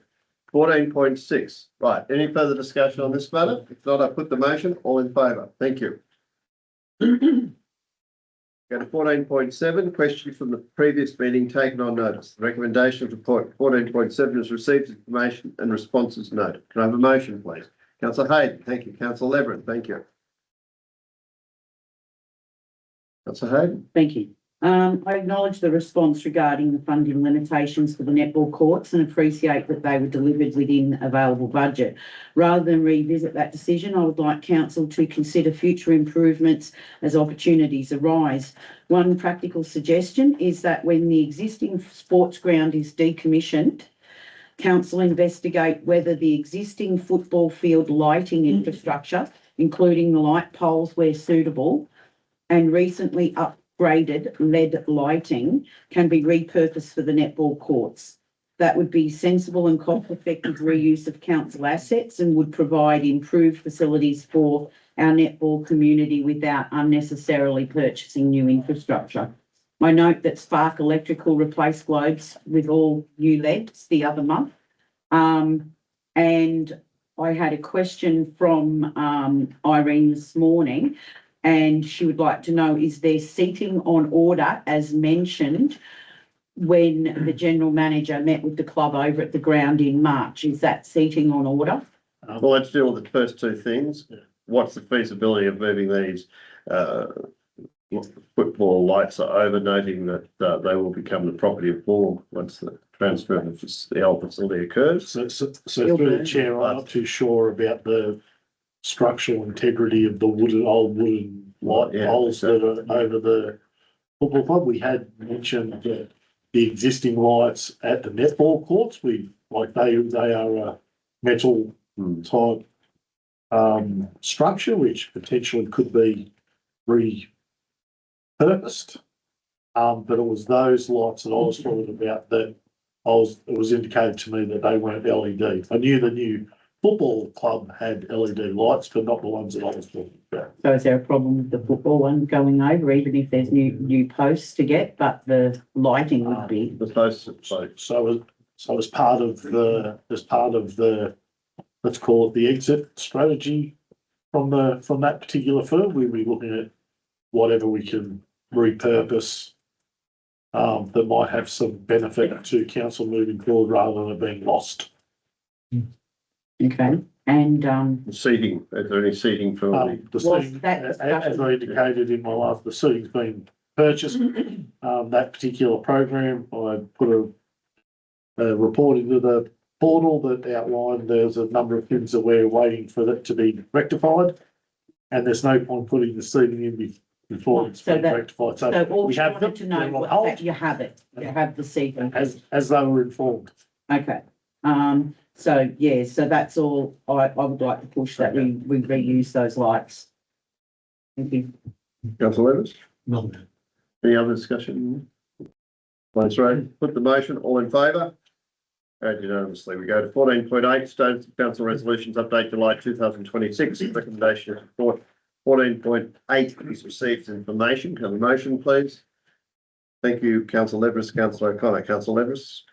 Oh, thank you, Mr. Mayor. Just on, item 8.1, page 266. I'd like to thank the GM, for the comprehensive response. The only aspect, I guess, I would have liked to have seen was just a summary of the feedback, from sporting clubs and other user groups, including any outstanding operational concerns before the facility opens. But other than that, I'm actually quite happy with the report. Thanks. Thank you, Mr. Mayor. A very good report. It's got two matters. One is the one I bring up every meeting, the taxi stand. So and I think I bring it up so it doesn't happen again, but I'm glad to know you'll be all so happy that it is moving along. We now have a taxi stand card out on the table, so it is progressing. With regard to roadside weed contractors, I'm just checking whether their spring work has been allocated or there's a bit of a schedule for the spring spraying season. So I can answer some of that. Today I asked the General Manager of CTWA to give a full list of roads that had been sprayed up to the 30th of June 2026 to the General Manager, and the General Manager is obtaining a list from them. I think once we get those, we can then more suitably look at what is going to occur in the spring. And just equally, Yeah. the council will be aware that we increased the 6 months to try and get into that third year like we've asked, so those will be programmed accordingly. The contractors need a couple of months, so it just need some planning so that Yep. they get allocated and they know in advance. Yeah, and that's why we want confirmation first of Thank what you. they've done, Yep. and then we. Thank you.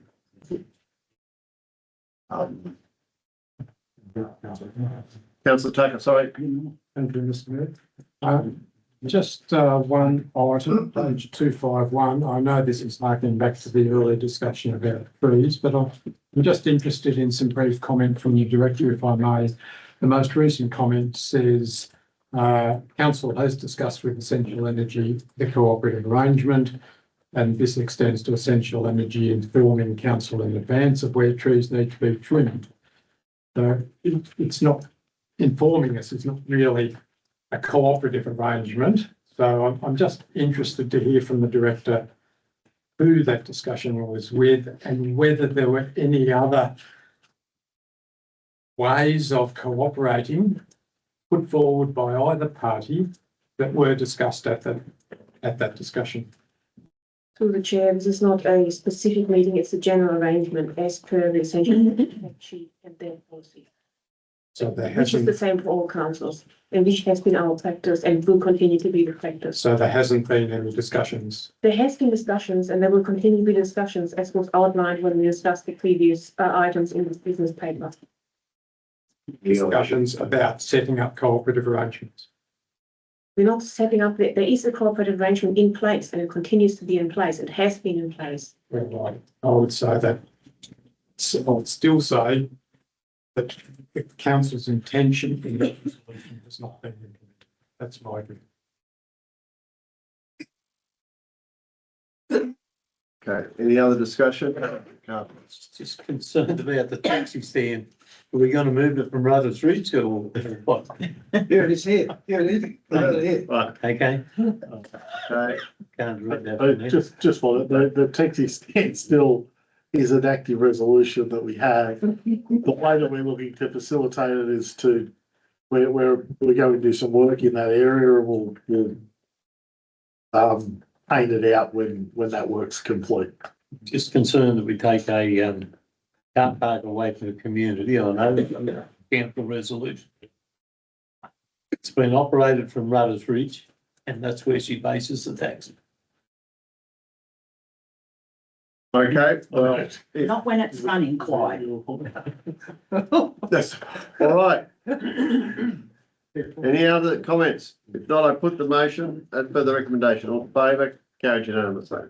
Oh, Councillor McCarthy, you in favour? 14.9, 6 monthly delivery program update.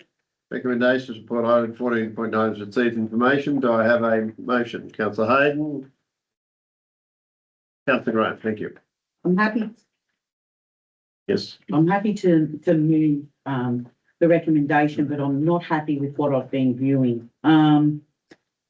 So on the first page on 278, and the general manager might know that I brought this up in the previous year, where under acknowledgement, it states on the second sentence, we would like to acknowledge our young leaders who are the elders of today, tomorrow, and our future. Would that please be removed from this report as I requested last time on the previous one? And the statement here in the first sentence of background states the delivery program aims to realise community's aspirations. Shouldn't it say the community's aspirations or community aspiration? It just doesn't make sense, sorry. It's not being picky, it's just, this is a report, it should be a bit more succinct. And then, when I go through all of the sections, all of the themes under community wellbeing, growing economy, caring for the environment, I'm a little bit perplexed about the caring for environment bit, because I'd like to have some further information about what environmental monitoring council's been undertaking or has undertook during January to June. For example, did council undertake water quality monitoring, air quality monitoring, environmental testing, or was that referred by other agencies? And throughout this entire report, I have the same overarching concern that it's presented as a 6-month performance review. It produces the adopted delivery program rather than reporting on work completed during or after the period. It's got words of develop, partner, collaborate, advocate or monitor, but it doesn't actually show us what's been delivered.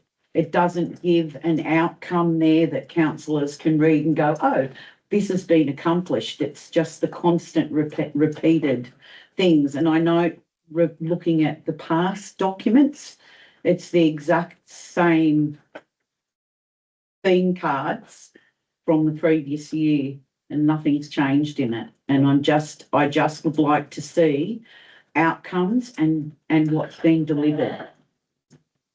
Yes, sir, General Manager. So through the thing that we call IP&R, there is a process around what's delivered. And the first thing is your community strategic plan. So your 6-month delivery shows how you are delivering on those themes and actions that council endorsed as part of their CSP, which is our 2040 document, our integrated planning and reporting framework around our delivery program, our operational plan, all the associated documents go with that. This is a check-in against those things to make sure that we're not stepping outside that. And that's how that program comes along. It just does not have how we have delivered. It is not delivering. You state a delivery action. It's like some of the measures of success you've got in there. You've got in somehow you're doing air monitoring. Can you tell me anywhere in Oberon that Oberon Council monitors air? Are we an advocate for that? No. Or are we a facilitator of that? Or are we It says it under the delivery action. Yeah, but it also links back to your community strategic plan that says what role you have in that.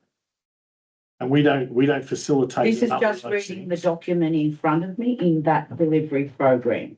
is what I'm. So that All of that, there, talk to you offline, but. Yeah. because that there does not present any positive outcomes. Sorry. And can that sentence be changed, please?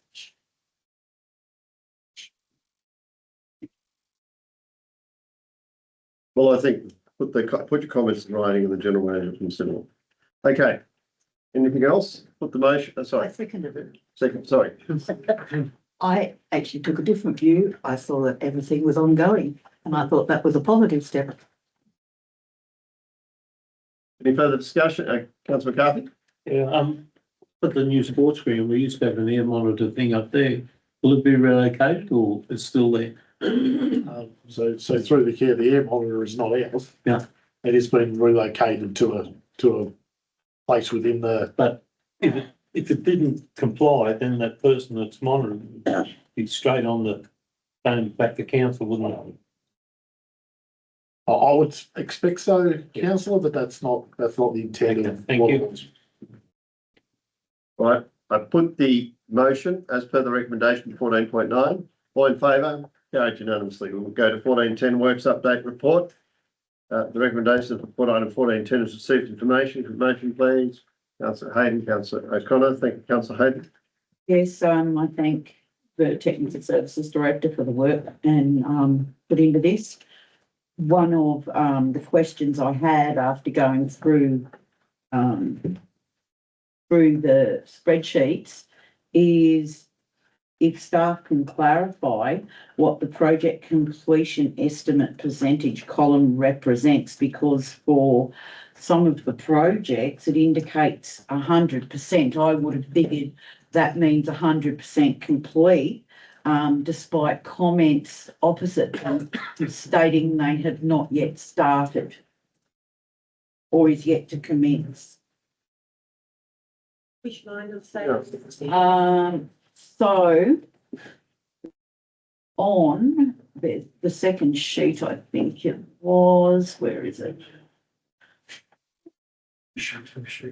The first sheet.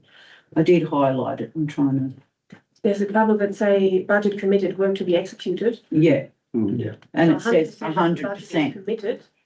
The budget's committed, it's been approved and work hasn't. Right, because it's just where it says in the top of the column, this is where I needed further clarity. It says project completion in the top of the column.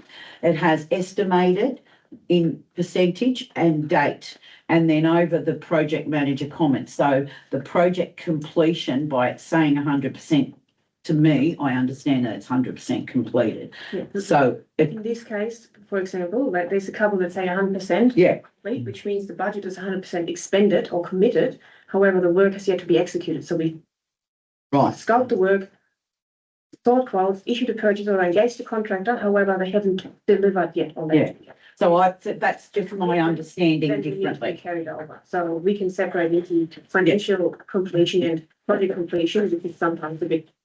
Yeah. If we can anyway. Yeah. Yeah, I would have preferred that to say like 20% because we've allocated that's 20%, but it's not finally complete.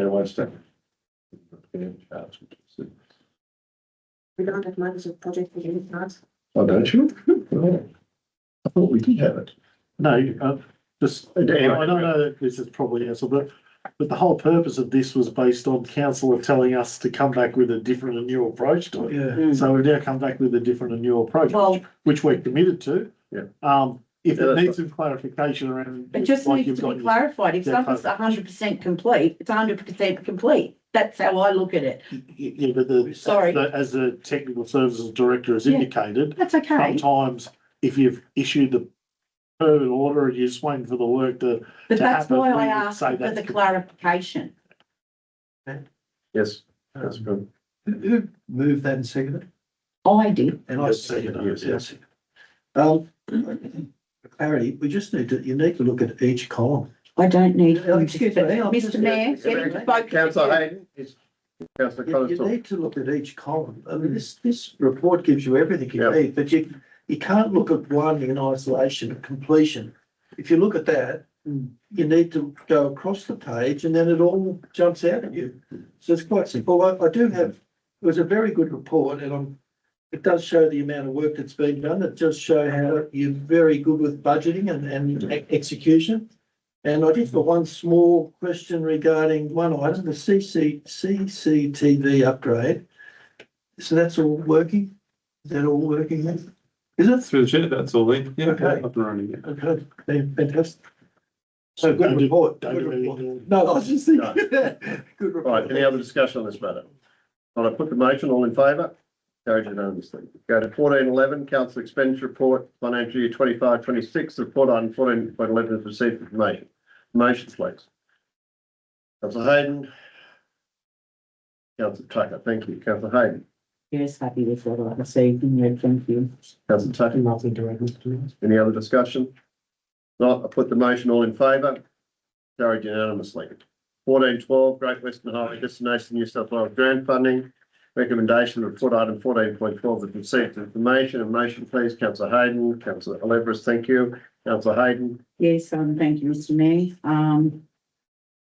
A lot of work's gone into this, and then with the additional survey that's at the end, I appreciate the intent of the Destination New South Wales funding. However, I think we need to be careful not to measure success solely by the number of overnight stays or growth in short-term accommodation. Oberon has experienced a significant increase in Airbnbs and boutique accommodation over recent years, while at the same time, many long-established businesses in our main street are telling us they are doing it tough. Our objective shouldn't be simply to bring people into the LGA.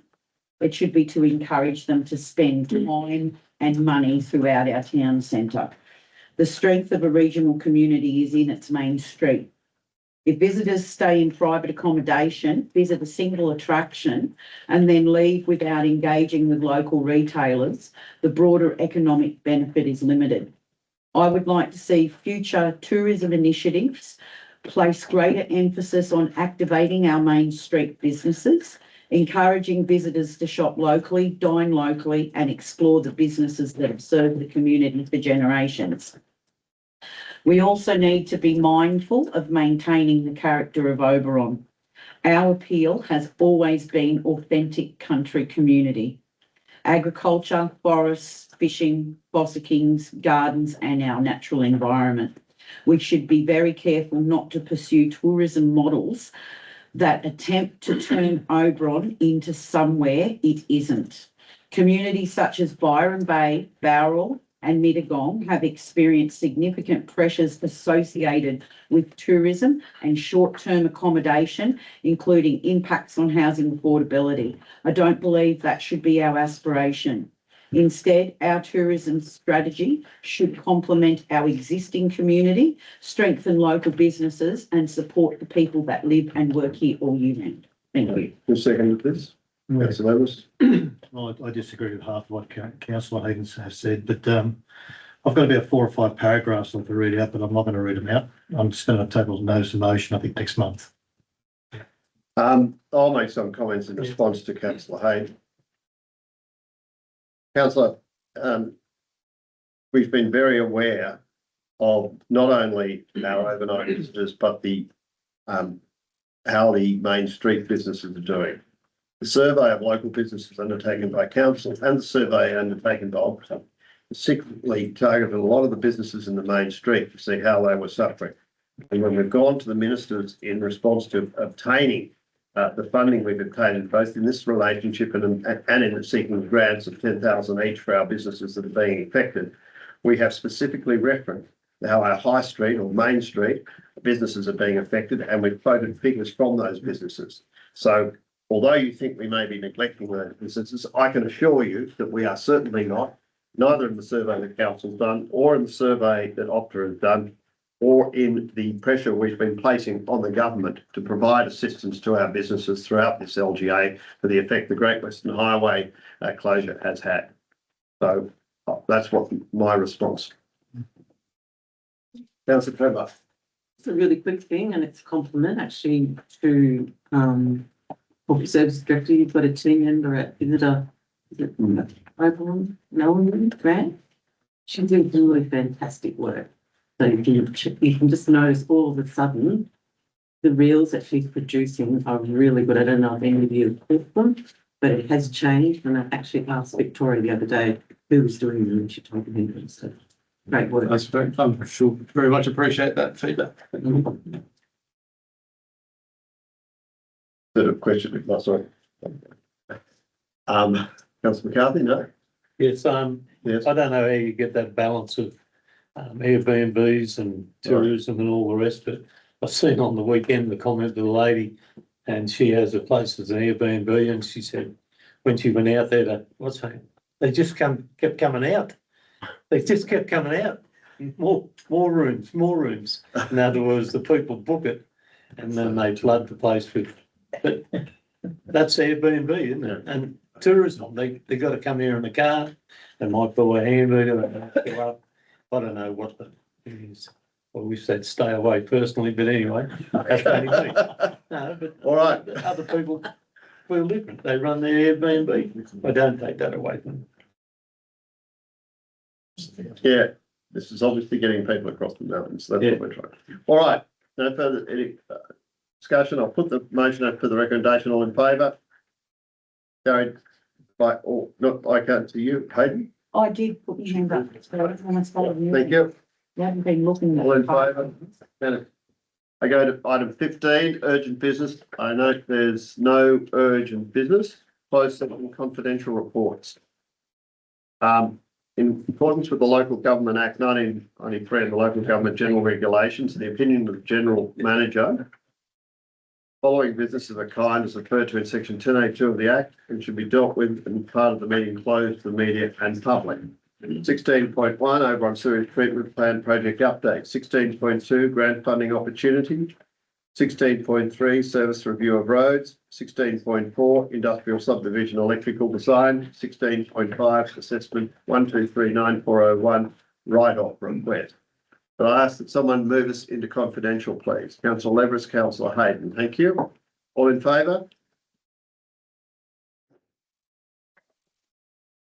Thank you, ladies and gentlemen. Thank you, councillors, for a long session in confidential. The following business and resolutions were passed in the confidential section of the meeting.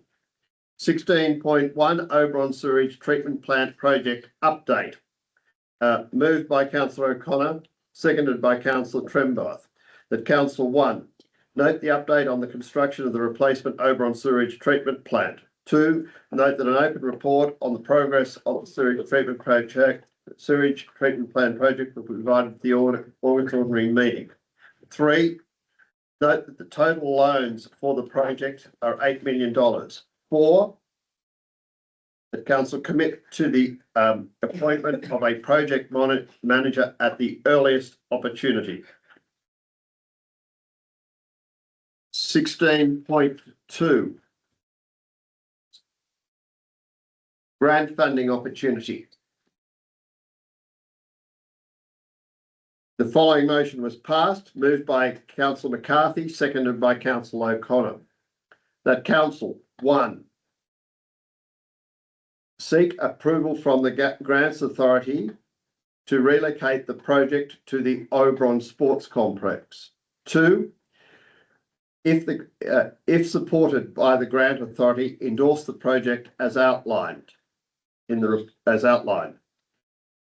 3, allocate up to $61,500 from the Infrastructure Renewal Reserve to facilitate delivery of the project. 16.3 Service Review of Roads. The motion failed. No resolution was passed. 16.4 Industrial Subdivision Electrical Design. Moved by Councillor Leveris, seconded by Councillor Graham. Motion was that 1, council note the information contained within the report. 2, council approve the tender as outlined in the report to finalise the electrical connections to the subdivision.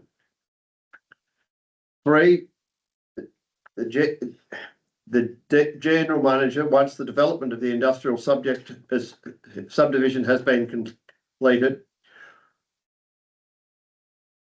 review the sale price, sale value of the industrial land with relevant real estate agents, and determine a range of sale prices and report back to the council in a confidential session.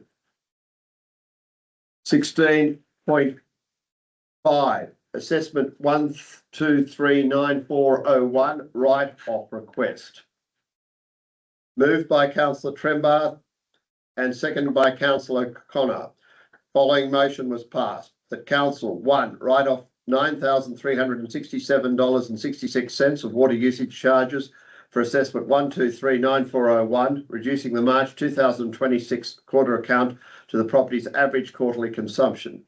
2, require Oberon Rugby League Football Club Limited to pay the full cost of repair works undertaken by council, including labour, materials and associated on costs.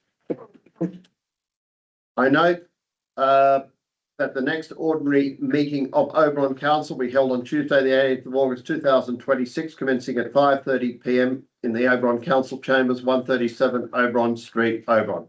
I declare this meeting closed at 11:44 p.m. Thank you very much, everyone, for your attendance.